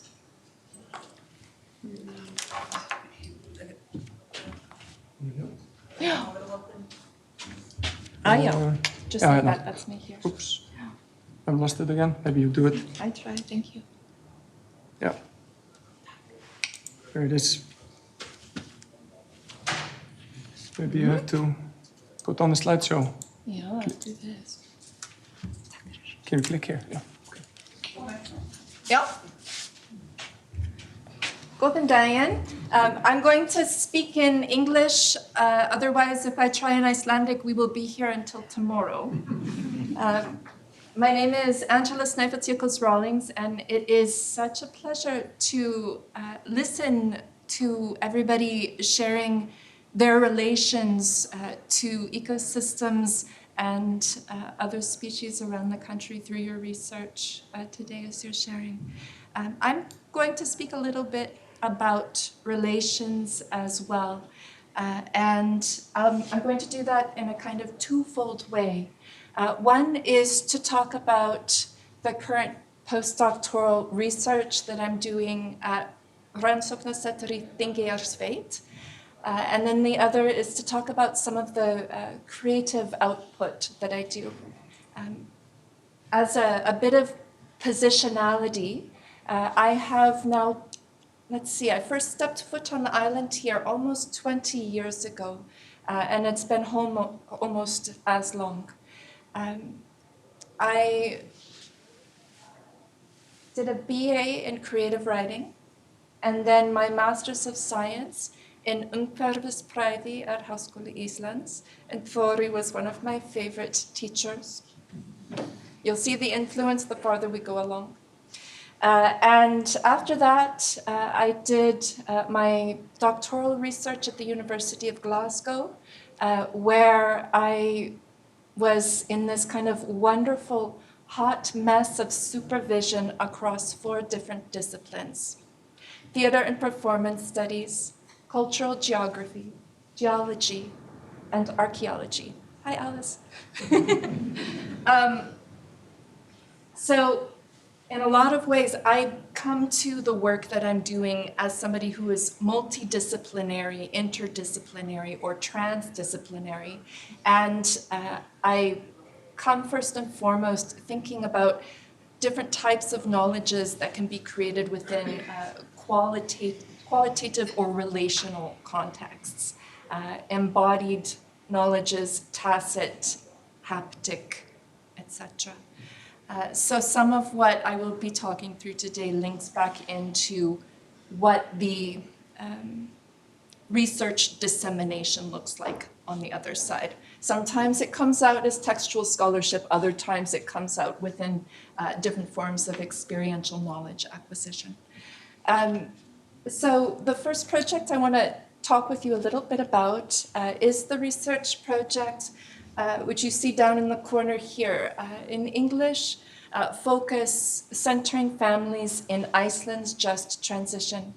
This is a research project that has 2 postdoctoral positions. I have the first one for this year, and then very soon, Rannveig Augusta Guðjónsdóttir will start and take up the work after me. And this is a research project between Háskóli Íslands and Brunel University in the UK to look into Icelandic family relationships with the notion of just transition, and specifically looking at it through the confluence of humanities and social sciences. My part of the research is, did it work? Yes. My part of the research is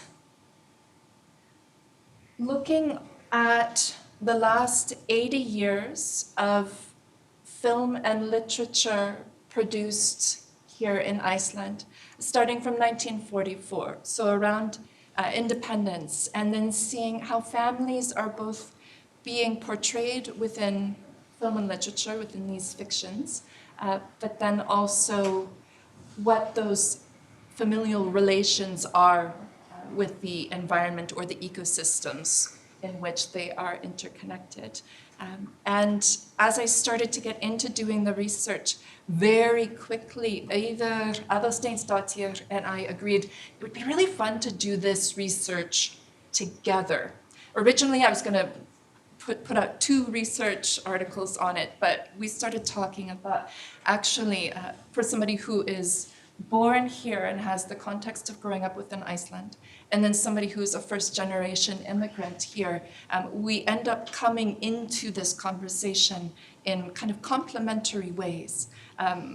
either disclosed to me recently that she grew up as a little girl drawing turf houses. This blew my mind. I mean, if I would draw a house, it would never be a turf house. So even these kinds of little connections we kind of make together as we are co-writing. And so we've selected probably 10 to 12 different films from 1944 until now, as well as about 10 to 12 different novels. And we're going through and critically analyzing them to see what those relations are between family members within contexts of the large transitions that have been happening here in Iceland over the last 80 years or so. The transition from, for some, the valley life to the city and or back again, how we transition within different types of industries that we have here. Of course, fishing is still going quite strong, but then we have aluminum smelting as, quite new industry here, and how that plays into relations within workers and families. And then, of course, after the very large and sudden transition of the Kreppa, the financial collapse in 2008, the sudden magicking up of a tourism industry that did not exist strongly prior to that. In the work that we are doing, Auður and I are working on a book which has a working title right now of Just Ice, or Justice with a space in between, of course. So play on words. Eco-narratives of kin relations in a time of deglaciation. And we're interested not just in this notion of humans, blood humans within a familial relation, but also queering this notion of family as well. So we might look at chosen family or out of necessity families, how those arise. And especially we look at companion species and interrelations. One of the papers that we are co-writing, which will become a kind of chapter within this book, we're focusing specifically on the turf house. So I'm really thrilled that you shared what you did, Alice. And we're thinking in particular about this extraordinary technology of the turf house having been here for a millennium, and how rapidly that has disappeared as a local ecological knowledge over the last 80 years or so. The last person fully living in a turf house was in 1966, I believe.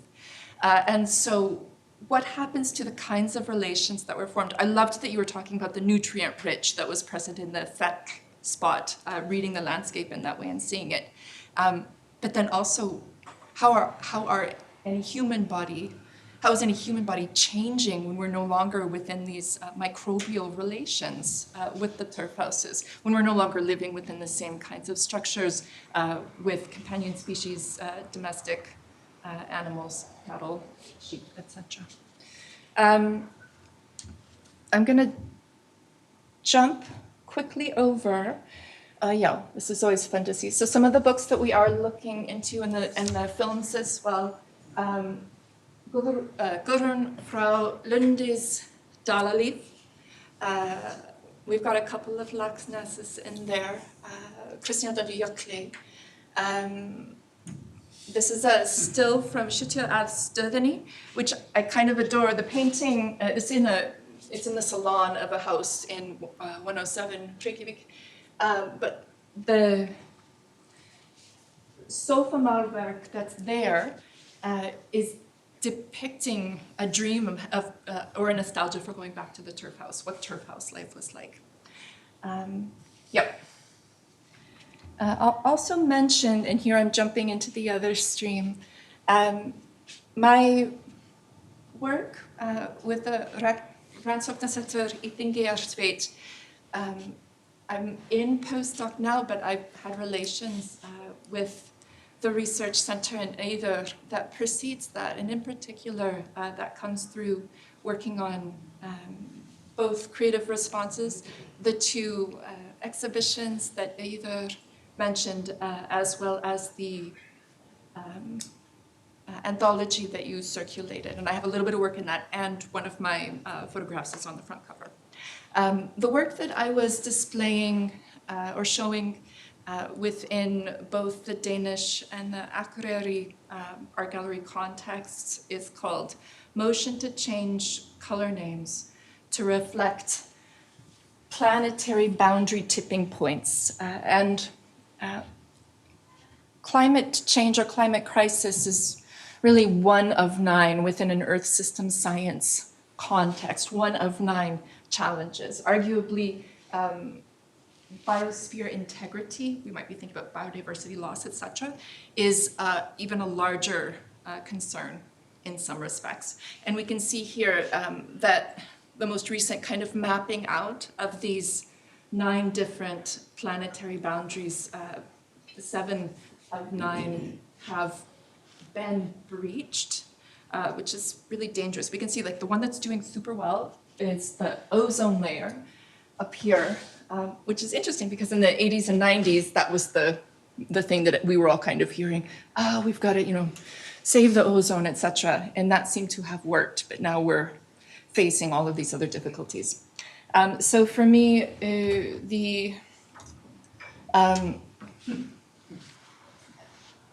while I work within that confluence of different contexts and specifically within the sciences, I'm also actively working towards being within Earth systems governance or Earth law contexts as well. So some of the works I've been producing lately fall more along the lines of that.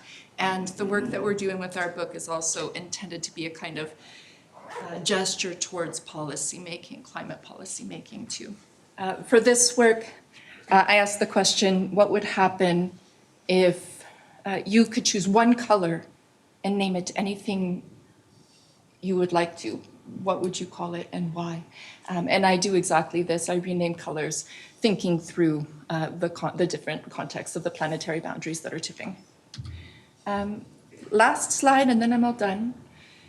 A few upcoming things which are linking into kinds of outputs for the research center. There is going to be an open access creative writing workshop, which I'm cheekily calling Survival for Poets.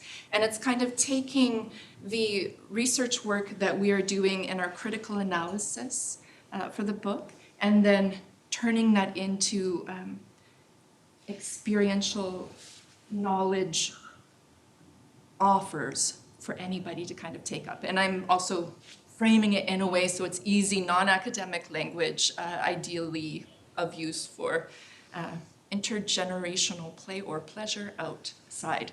Go outside, write the names of plants on sidewalks, that kind of thing. This summer, I will also have, as part of Listahátíð in Klingobang, another one of my legal motions.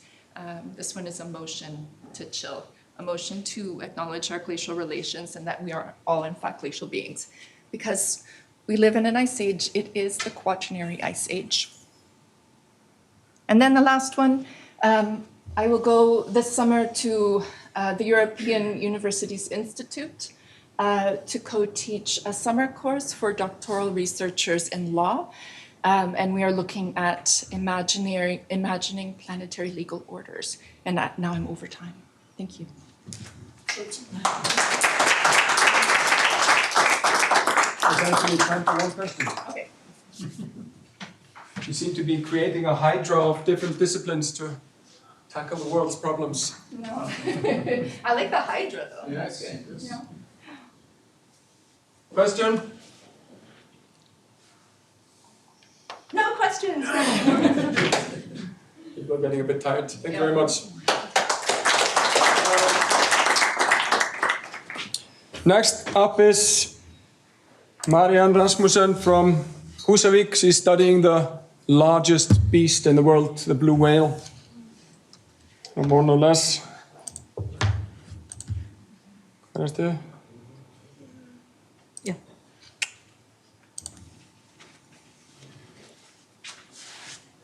Yes, good afternoon, everyone. So I'll talk in English, even though I've been here many years, as you know, started in 2007.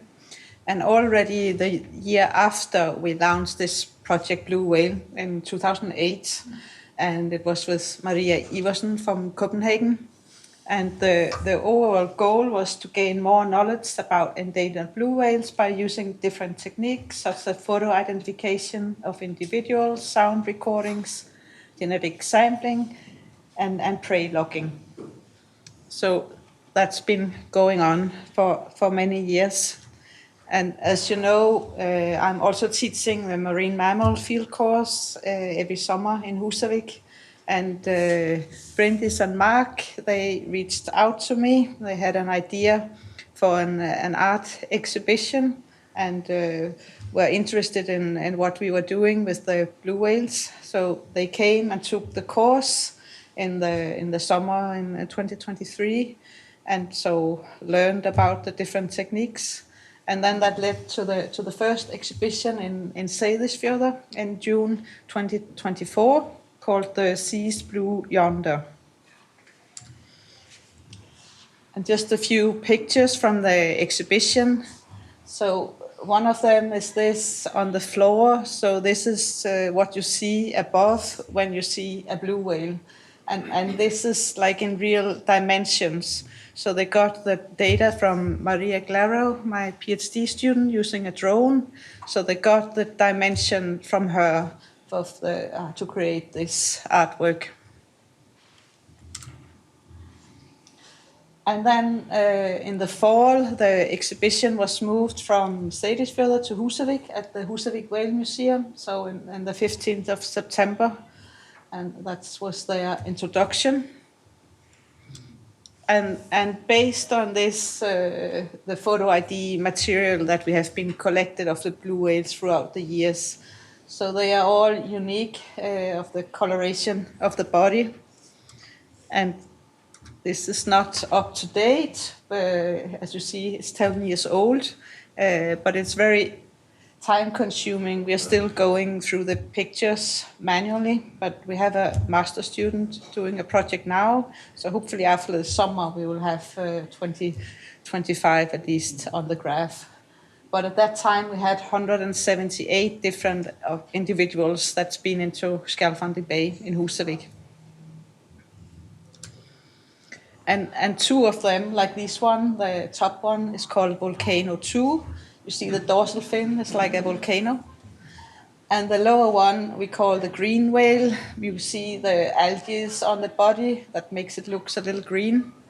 So Bryndis and Mark got their sighting history of all the time those had been seen in Husavik.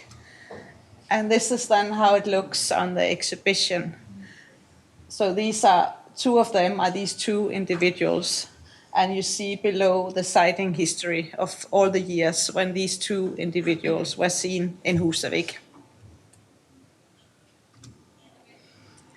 Then we've also put these acoustic tags on blue whale. This example is already old, but working with Japanese colleagues. And for example, Takashi Iwate, he was in Husavik last summer. And the reason why Charla Basran is not here today is because she's in Japan right now working with him. And I just heard from Takashi yesterday that he got a grant to come back to Husavik this summer also. And this is how it looks then if you put the tag on. Exhaling the air. A lot of air.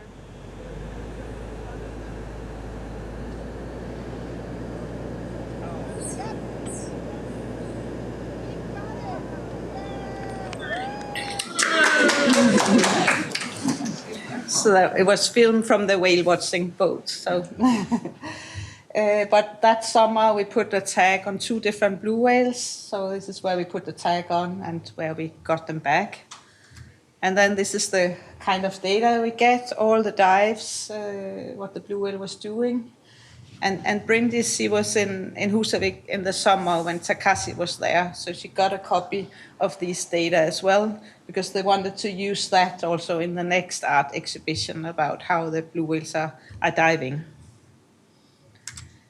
And we also get the sound. So here is the Volcano 2. So it only made these 3 downsweep calls when the tag was on, and the other one was only making 1 call.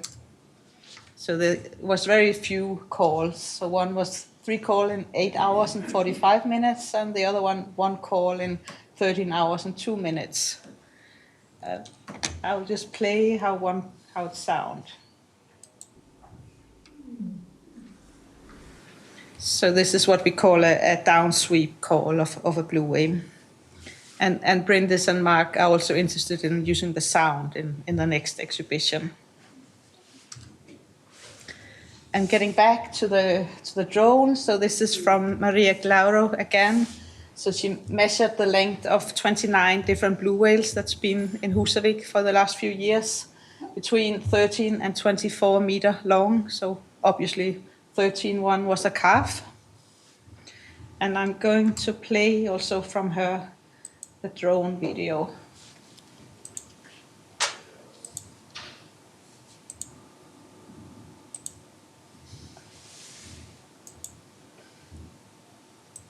If I can drag it. Yeah. No, I don't know why didn't want to play it from the beginning.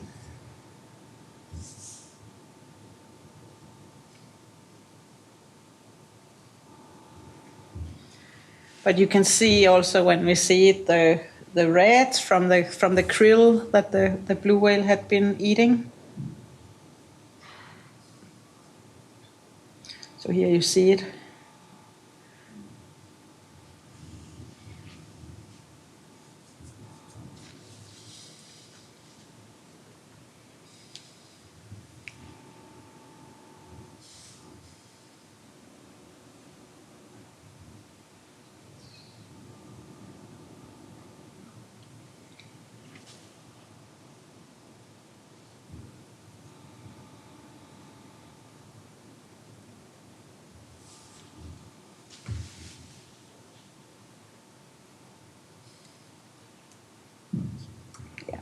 Oops, yeah, I was not going to play all of it.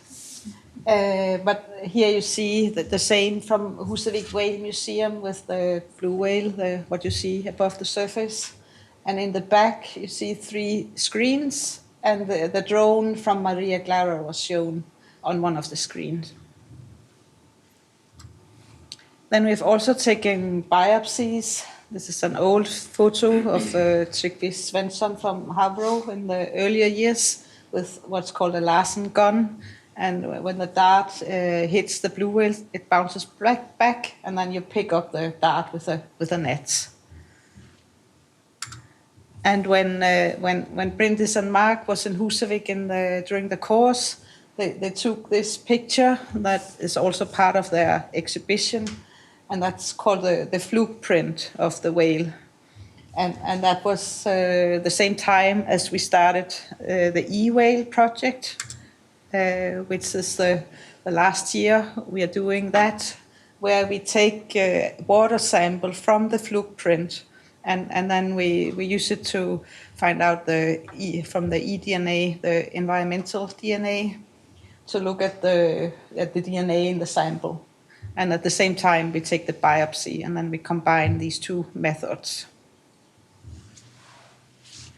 And last summer, we had one day where finally everything worked out, as many factors. So we had this blue whale, which we know was not from the catalog. And it was first seen in 2009, and then it was seen those years. And Maria Glauro, she had measured it before, so it was 22 meter long. And we got the water sample for eDNA and also got the biopsy. So we got everything we wanted. And hopefully we'll get more this summer. Then I just wanted to end by, just like with Öder, we also have a book from this work together. So I wrote a chapter of the Blue Whale Project, and Bryndis and Mark had a chapter in it. And they're selling it from the Húsavík Whale Museum. I also brought some copies if any of you are interested in buying one. And then also the National Gallery, they are showing the exhibition now in Reykjavik. And then after that, it's planned it will go to Nordenlandens Brygge in Copenhagen after New Year next year, with then including some of the new things that are not now in the exhibition. And finally, just ending to thank you to the local whale watching companies, North Sailing and Gentle Giants, because without them we could not collect all the photographs we've collected throughout the years. And thank you.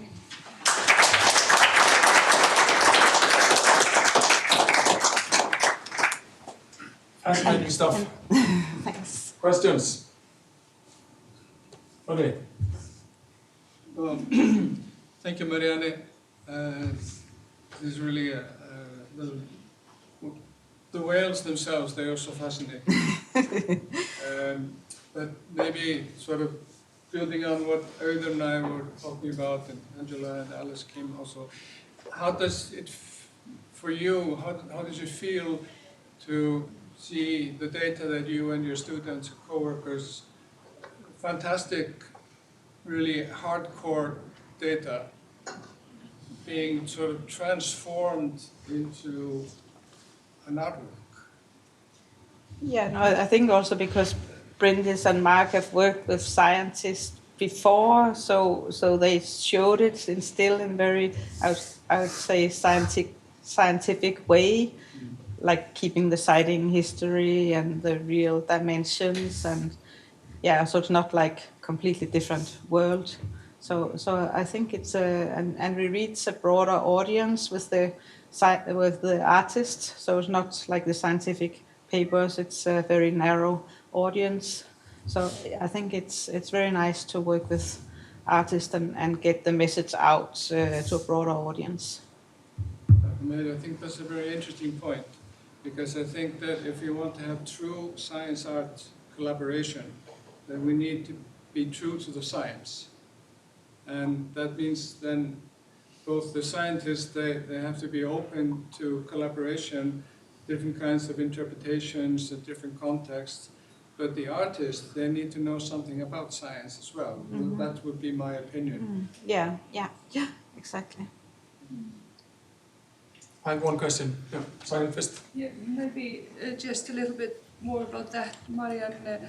In Húsavík, can you tell us a little bit? I mean, you've been working with the Whale Museum for a long time, and with maybe the younger generations. What is sort of the meaning or the purpose of this cooperation that you've had now for decades? Yeah, like also like in Húsavík at the Whale Museum, we have the annual Whale Congress, and where we present like the newest science, and the audience are then often all the guides, and many of the guides have been by us as a student internship, so they have very educated whale watching guides, and then we feed them with new knowledge. So it's like a little, society, I guess you can call it, around that. I was wondering about the turnover of the whales in Skjálfandi. You have seen 178 individuals. Yeah, but it would be more. It would be more when it's updated. It's not updated, but there was one estimate of the abundance of blue whales. Then it was 1,000 animals, and the newest one published in 2019. Then it was 3,000 in the North Atlantic. But it's like from like 2,000. I think it's like from 1,500 to 4,500. There's a huge variation in the number, so it's not very accurate. So then, I mean, it's a high percentage that we then see of the total population, and the same ones like coming back, like if you have like from 2009, then we can also with time say something about how old they are. Yeah. And is Skjálfandi particularly good, or do you have them they distributed around the country? Yeah, they used to have, Jon Einar probably know that as well, that they used to have blue whale watching from Ólafsvík in 2000, from 2000 to 2004, but then they stopped operating the tour. I was on one of the last one. It was a 15 hours whale watching tour, so it was very long for the normal tourist. So yeah, they just stopped coming there close to land. So then, yeah, Husavik is the only where you see most sightings. At least it can be one-on-one in Faxaflóa, but not very often. Yeah. Were you surprised by the frequency of the whale calls that you captured in the tags? Yes, yeah, we were very surprised that there were so few calls because they are called. We say that it's feeding calls, but based on that they are recorded on the feeding ground. But when you saw the other graphs where you have all the launch feeding events, so they are constantly feeding when they are in the bay, but not vocalizing. So it's not, they are not calling about their feeding. So they're calling about something else that we don't know what's for. Mystery to be solved. How many have you seen at the same time? Like I think we have also the one, maybe you heard about it in the media, what we call the Husavik hybrid that we first saw in 2009. So it's a hybrid between a blue and a fin whale, but we took the sample in 2011 and then it was confirmed from genetics that it was a mixture between a blue and a fin whale. And that one we have seen like 15 different years. So yeah. And few whales together at the same time as well? Or? No, what's special also with this the hybrid, it's only seen with blue whales. We've never seen that with fin whales, so it must think of itself as a blue whale. Yeah, but usually we just have one or two blue whales in the bay at a time. They're not really in groups. Yeah. Thank you, Marianne. Yeah.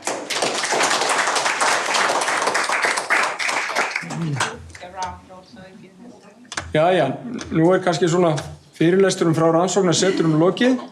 Nú koma hérna í röð leiðtogar okkar. Guðmundur Hálfdanarson, prófessor og formaður ráðgjafandi nefndarstofnunar rannsóknarsetra ætlar að segja nokkur orð.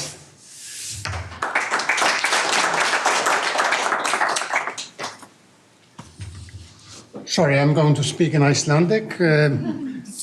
I think about half of the public is English or would prefer English, but I'm sticking to Icelandic. Þessi stuttatala mín kölluð tímamót og tækifæri og ég kem það kannski að því á eftir hver þessi tímamót eru sem ég að tala en mér langar samt að byrja á því að vitna í fyrstu grein laga Háskóla Íslands frá árinu 1909. Hún hefst á þessum orðum: Í Reykjavík skal setja á stofn háskóla, skólinn nefnist Háskóli Íslands. Og það sem undirstrikað að háskólinn skuli vera í Reykjavík. Ástæðan var einföld. Á þessum tíma eru Íslendingar svona að leggja grunna því að verða sjálfstætt ríki og urðu fullvalda 9 árum síðar. Og með stofnun Háskóla Íslands voru þeir að sameina þá embættismannaskólana sem voru 3. Einn fyrir presta, stofnaður 1846, ef maður rétt, nú er ég að ryðga í þessu sagnfræðingurinn. Og svo læknaskóla, stofnaður á 8. áratug 19. aldar og síðan lagaskóla. Þetta var sem sagt til þess að mennta embættismannastéttina á Íslandi. Og svo bættu við einni deildi viðbót sem var heimspekideild sem var þá fyrst og fremst ætlaði að rannsaka íslenska menningu. Það sem var að vera að gera þannig sem sagt var að undirbúa annars vegar stofnun embættismannaskóla og hins vegar svona menningarrannsóknir. En í þessu var líka hugsunin að efla höfuðborgina. Allir voru sammála það á þessum tíma að það þyrfti að vera hér einhvers konar miðstöð sem að myndi svona verða miðstöð þá stjórnsýslu og menningarstarfsemi sem myndi verða þá svona til þess að Ísland gæti staðið á eigin fótum. Svona Kaupmannahöfn við Faxaflóa. Bærinn var að stækka öll á þessum tíma, hann stækkar reyndar helming að næstu því á fyrsta áratug 20. aldar, En samt sem áður er Reykjavík, ef við horfum á sviðið, berum saman. Reykjavík er miklu minni á þessum tíma í samanburði við landi heldur en núna. Og til dæmis það bygguðu 11.600 íbúar í Reykjavík árið 1910, en á Vestfjörðum voru tæplega 14.000 íbúar. Ég getur rétt ímyndað ykkur þá breytingu sem er orðið á svona byggða minstri á Íslandi á þessum tíma. Hvað milli 7.000–8.000 manns sem búa á Vestfjörðum núna, en í Reykjavík, bara í Reykjavík sjálfri eru 140–150.000. Þannig að það var tilfinning þeirra sem að settu þessu lög árið 1909 var örugglega sú að sjálfstæð þjóð þyrfti eiga sæmilega öflugan höfuðstað þar sem að kraftarinnar sameinuðust á einum stað. Samt sem áður komum þetta mikil meiri hluti þingmannanna frá því sem við kallum núna landsbyggð. Hugtak sem var varla notað íslenska byggðferðin á fjórðu áratug síðustu aldar. Ég fór svona í gegnum tímarit.is og leitaði að landsbyggð, það var mikið talað landsbyggð í blöðunum, en það var alltaf í útlöndum.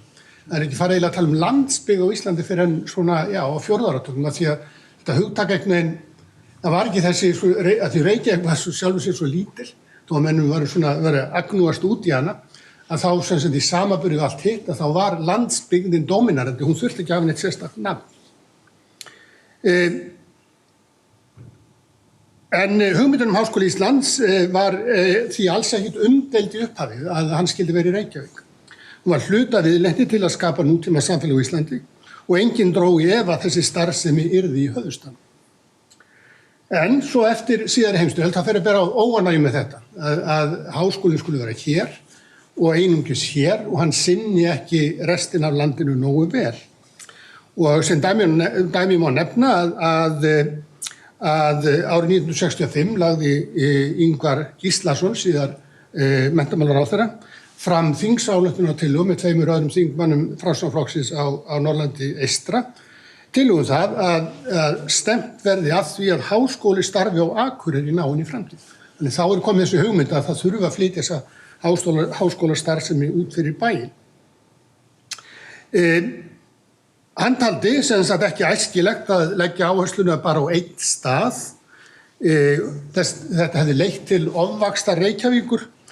Þetta var svona einhliða vöxtur borgarinnar taldan og þetta líka dró unga fólki sagðan frá landsbyggðinni til Reykjavíkur. Þetta er auðvitað nokkuð sem við þekkjum enn þann dag í dag.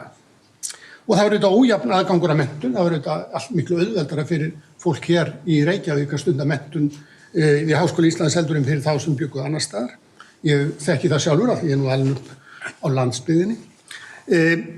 Og hann benti líka á það var þessi þróun af Norðurlöndum að stofna háskóla víðar í löndunum og benti sérstaklega á Noregi því tilliti þar sem að var verið að stofna svona landsbyggðar háskóla sem hún endar í borgum eða bæjum sem hún jafnvel stærri en Reykjavík, það er svona mál. Það voru skiptar skoðanir þetta og þessu var vísað til ríkisstjórnar sem að þýddi það að auðvitað dó, það var ekki meira þetta rætt. En Háskóli Akureyrar var svo stofnaður rúmum 30 árum síðar og nú eru 4 af 7 háskólum í Íslandi að minnsta kosti að nafnu og forminu til í utan Reykjavíkur, þá var reyndar einn þeirra sem nú raunverulega í Reykjavík og sem eigi lögheimili í Borgarfirðinum, það er svona mál. Ég ætla að gera eitthvað þessa sögu frekar en Háskóli Íslands hefur verið lengi viðkvæmur fyrir þessari umræðu sem sagt svona það að háskólinn sé á Reykjavík miðaður. Skólinn er hugsaður sem þjóðskóli. Háskóli Íslands er háskóli allra Íslendinga og þjóðin býr ekki bara í Reykjavík. Það er nú bara þannig. Þó má segja að það verður mjög svona mikilvæg tímamót í sögu skólans núna á þessu ári ef áætlanir ganga fram. Vegna þess að frá með 1. júlí 2026 verður hluti að kjarnastarfsemi Háskóla Íslands formlega á landsbyggðinni með stofnun háskólasamstæðu Háskóla Íslands og Háskóla Hólum og þá má segja að 2026 séum við raunverulega að leggja niður lögin frá 1909 að háskólinn skuli vera Reykjavík, hann er auðvitað áfram að hluta til Reykjavík en hann er líka búinn að brjóta þetta form. Og þetta er að mínu viti grundvallarbreyting ekki bara á starfsemin heldur líka hugmyndin hvað Háskóli Íslands er og ég ber ákveðna vonir að þessu fylgi breytingar þó svo að það verði að koma í ljós. En starfsemi Háskóla Íslands út á landi á sér þó miklu lengri sögu. Eins og við höfum verið vitni í dag þá mjög blómleg starfsemi Háskóla Íslands út allt land. Við starfrækjum núna 12 rannsóknarsetur sem sagt utan Reykjavíkur og þau stefna að því vera fleiri, vonandi verður 13 í lok árs, ekki satt, svona ef okkar áætlanir ganga eftir. Fyrir utan auðvitað Hóla sem verða nú hluta til þá svona starfsemi. Þessi setur sem að, ég er nú sagnfræðingur, þannig ég læðist svona smá sagnfræðirannsóknir og það reyndist vera frekar flókið mál að finna út hvenær þessi setur verða til, vegna þess að þeir verða ekki bara til þannig að nú ákveðum að stofna setur. Það gert 2001 með Höfn og Hornafirði, það svona fyrsta formlega setrið, en það auðvitað grunnur til að þessum seturum miklu lengur aftur. Botndýrarannsóknir í Sandgerði, sem eru búin að vera, ég veit ekki hvenær það byrja, ég var ekki að grafa það langt, það sennilega upp úr 90. Já, eitthvað svo leiðis. Það byrjaði þá sem einhvern rannsóknarverkefni. Háskóli Íslands þegar komin með svona samstarf í því en ræður ekki yfir því og síðan fann ég út og ég var nú bara að tala við Tómasin áðan Hveragerði, þeir eru stofnaði 2000 en þeir einhvern veginn eru ekki alveg eins og Hafnar, Hornafjarðar, rannsóknarsetrið það fyrsta sem af þessu formlegu gerð sem við notum núna. Þannig við segjum að fyrsta setrið hafi verið stofnað 2001 en fyrir 25 árum, þannig ákveðin tíma. Þannig að, en samt sem á þetta sér lengri sögum. En þessi setur eiga sér að vissan hátt rætur að rekja til 10. áratugarins og ég fann til dæmis út að í febrúar 1996 var fundur með þingmönnum og fulltrúum Háskóla Íslands og menntamálaráðherra og þingmönnum landsbyggðarinnar og það meðal annars eitt umræðuefnunum að hvert væri hlutverk Háskóla Íslands í atvinnusköpun á landsbyggðinni. Og 2 árum fyrr hafði reynda verið stofnað til formleg samstarf í Vestmannaeyjum, þannig að þetta er svona gerjast á 10. áratugnum. Og næstu árum var efling tengsla Háskóla Íslands við landsbyggðina forgangsmál og það má segja að það verið unnið að þessu markvisst frá árinu 1998, þá þetta komið inn í stefnu viðmið Háskóla Íslands. Fyrst og fremst var eins og ég segi, fyrst og fremst var þetta óformlegt samstarf, þetta var samstarf sem myndast á milli einstaklinga, það samstarf sem myndast vegna þess að Háskóli Íslands auðvitað svona flóknasta og fjölbreyttasta rannsóknarstofnun á Íslandi og þess vegna mjög eðlilegt að þeir sem að stunda rannsóknir í þessum rannsóknarverkefnum og seturum sem að myndast við landa þeir leiti í samstarfs Háskóla Íslands og það samstarf sem að held ég sé kannski það mikilvægasta sem að í þessu öllu, það raunlega svona þessi, og raunlega mun mikilvægir heldur en endilega bara þessi svona bírókratísku sambandstöðu, þau sem mikilvæg, það svona þessi persónulegu sambönd sem að hafa myndast gegnum tíðina. Við getum kannski sagt þá að þriðju tímamóti sem við erum að tala hérna eru þá stofnun fræðaseturs Háskóla Íslands árið 2003 en ekki 2001 eða hvað? 2001, ég held að ég skrif 2003 hérna, en ég held að vera 2001, þannig það var rétt. Þetta var, nei, ég að tala hér stofnun fræðasetur Háskóla Íslands, það 2003, þessi stofnun sem heldur utan með. Hún stofnun 2 árum eftir að rannsóknarsetrið á Höfn og Hornafirði verið stofnað og þar með komið svona, og það var skipulagt þannig, það væri vettvangur samstarfsverkefna Háskóla Íslands, sveitarfélaga, stofnana og fyrirtækja og markmiðið var að skapa aðstöðu til rannsókna á landsbyggðinni, auka möguleika almennings til menntunar og styrkja tengsl Háskóla Íslands við atvinnu og þjóðlíf. Og getum sagt að þetta hefur verið leiðarstefna þessara stofnunar síðan og við sjáum þetta ofboðslega fjölbreytta starf sem unnið og raunlega ég nú búin að vera viðlúðandi þetta núna í 6 ár og ég alltaf að læra eitthvað nýtt á þessum ársfundum af því að þá kom að vera að kynna þessi verkefni, þau eru svo fjölbreytt að maður hefur bara ekki heyrt þau. Öll setrin, starfsemin hefur sem sagt elst í stiga stigi árið 2011, þá er nafninu breytt og í stofnun rannsóknarsetra Háskóla Íslands sem það hefur ennþá. En starfsemin hefur elst stiga stigi og eftir því sem að setrunum hefur fjölgað þá hefur starfsemin orðið fjölbreyttar. Áhersla á rannsóknir á náttúru Íslands eins og við höfum séð, lífi sjó, botndýr, fiskar og hvalir, fuglalíf, vistkerfi, jarðfræði, jöklar og hreindýr, einnig ferðamennska og sjálfbær þróun og síðan yfir undanfarnum árum hefur aukist áherslan á menning og mannlíf, þjóðvætti, bókmenntir, fornleifafræði og síðan umhverfisfræðin eiginlega svona brúa þessi bil sem finnst mér alveg gríðarlega spennandi þróun í þessu, það sem að list, umhverfi og menningarstarfsemi bara, og svo vísindir allt saman í einum pakka. Það eru gríðarlega og margvísleg og öflug tengsl við Háskóla Íslands, rannsóknarverkefni, það menntun framhaldsnema og annað slíkt sem að tengir sem sagt, þessi rannsóknarsetur alltaf við háskólann. Og þessi tvennu tímamót sem ég hef gert að umtalsefni tengjast. Í umræðinu stofnun háskólasamstæðu var tekið svo ákvörðun að stofnun rannsóknarsetra Háskóla Íslands skuli flytjast til og hafa svona miðstöð sína í Hólahluta samstæðunar.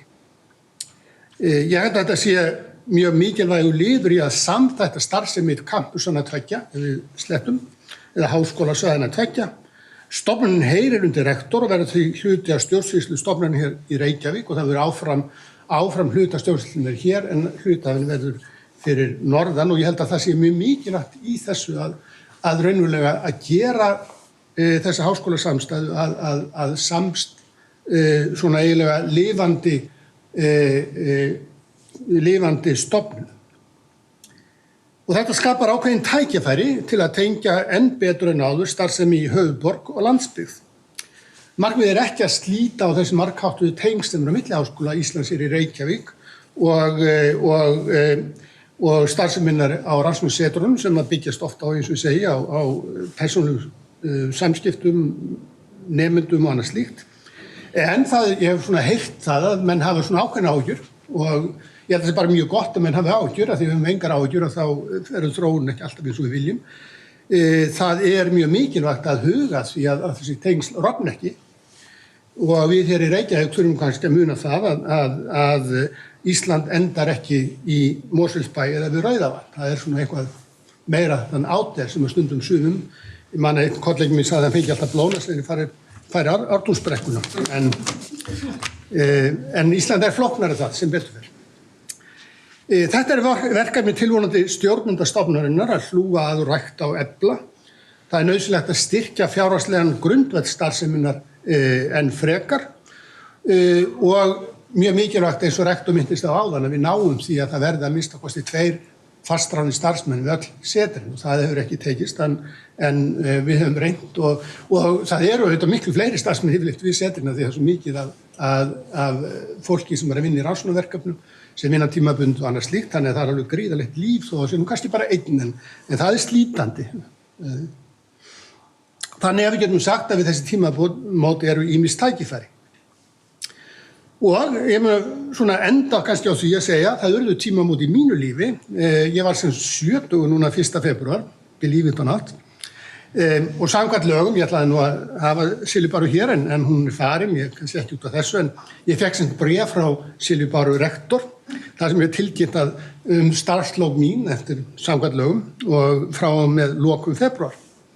Ég ætla ekki að hætta svona minni rannsóknarvinnu en í því að ég býði þau forréttindi að geta stundað mín áhugamál þó að ég sé búinn dottur út af launaskrá Háskóla Íslands. En þessi tímamót þýða það líka að ég mun hætta formennsku í ráðgjafarnefnd stofnunar rannsóknarsetra Háskóla Íslands. Ég tók við þessari formennsku árið 2020 og hef gegnt henni í 2 tímabil. Þetta rann út núna held ég man ekki hvað, miðjan mars eitthvað svoleiðis, en við ákváðum aðeins að framleggja svona fram yfir svona minnst 1. júlí, þannig að væri búið að ganga frá þessu lögformlega þessari sameiningu Óla og þessi flutningu geti farið fram. Þetta hefur eitt ánægjulegasta stjórnarstarf mitt. Ég hef gegnt ýmsa hatta hér við Háskóla Íslands í stjórnun. Þetta gefur mér innsýn í setrin og það alveg gríðarlega öfluga og frábæra starf sem þar fer fram. þetta er óeigingjart starf forstöðumann og annara starfsmanna sem bara sér. Menn þurfa að leggja ótrúlega mikið á sig til þess að halda þessu áfram. Það er bæði útsjónarsemi og frumkvæði sem það kemur fram. Það er gríðarlega áhugavert líka að horfa á hvað setrin eru dugleg að afla sér styrkja og það er kannski, neyðin kennir naktin konar spinna, þannig að til þess að geta alls starfsemina með þurfa menn svolítið að afla sér fjár sjálfir. Ég hef líka með því að þessi ársfundir haldnir svona sitt á hvað hér í Reykjavík og annars við þar sem setrin eru staðsett og það er gríðarlega gaman að fara og heimsækja setrin vegna þess að maður skynjar þar bæði stolt og áhuga heima fólks á því sem að fer fram í þessum stofnunum og líka þakklæðingin hvað því sagt. Og það er líka mjög áhugavert að sjá, mjög víða er mjög svona náið samstarf milli háskólasetrana og annarra stofnana sem eru á staðnum, náttúrustofur til dæmis, þar sem eru að vinna rannsóknum og þjónustu. Og það er ekki síst það sem ég vil þakka hér nú, að það er ánægilegt samstarfið starffólk stofnunarinn gegnum árin. Birna verður áfram hér í Reykjavík og mun sjá þau tengsl. En ég vil þó einkum þakka Sæunni Stefánsdóttur fyrir samstarfið. Hún tók við forstöðumennsku að Rögnvaldi Ólafssyni í byrjun árs 2014 og Rögnvaldur var þessi frumkvöðull og eldhugi sem að rudda mörguleiti brautina. Hún hefur gegnt þessu starfi síðan. Og mér er alveg óhætt að segja að hún hefur verið vakandi og sofandi yfir velferð stofnunarinnar og starfsmanna og starfsemi rannsóknarsetrana. Og ég get líka sagt það að leið hefur hún ekki bara verið að hugsa þau, þetta verið svona, af því að hún hefur unnið fyrir rektor ansi lengi og ég teki eftir því þegar ég var sviðsforseti hversu mörg önnur verkefni hún þurfti líka að sinna meðfram hinu en ég hef aldrei tekið eftir öðru en hún hafi alltaf haft tíma fyrir rannsóknarsetri. Hún svona reiknar með því að það verði, ég ætla nú ekki að óska henni til hamingju eða segja að það verði tímamót í hennar lífi en það er svona stefnir allt í það. Við skulum vona að þessi lög verði samþykkt fyrir 1. júlí því að ef menn verður ekki að rífast fram á sumar það hvort að við eigum að greiða atkvæði það að byrja að hefja aftur viðræðið við Evrópusambandið þá kannski komumst að því að klára þessi lög. En eins og ég segi, ég vil bara þá nota tækifæri til að þakka ykkur fyrir mjög ánægilegt samstarf og óska rannsóknarsetrunum gæfu og gengis á þessum tímamótum og grípið hann til að þau tækifæri sem að þessar breytingar hafi för með sér og ég er bara svona aðeins ég ber aðeins smá von það að það verði kannski jafnvel meiri skilningur í fjárveitingavaldinu á starfseminni þegar að höfuðstöðunar eru komnar út fyrir bæinn en það er svona stundum að það svona menn líta stundum á háskólan þetta sé bara einhvers konar fílabeinsturn hér á suðvesturhorninu en við sjáum það að það er alls ekki svo. En til þess að starfsemi geti blómstrað þá kostar það fé og við þurfum að sækja þar fram enn frekar. En takk fyrir mig.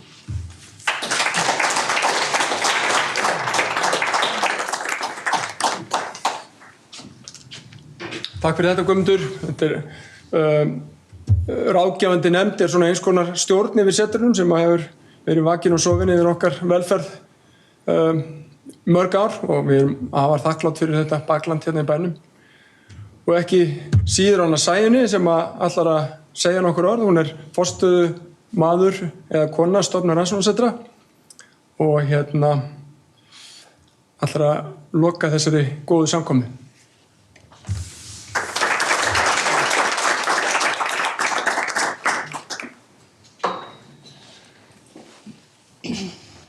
Takk fyrir, Tómas. Langar svo að setja hérna aðra mynd, þess að töðnar að mér þessi deskmynd. Ekki eitthvað sniðið, svo ég get sett hérna eitthvað fallegt.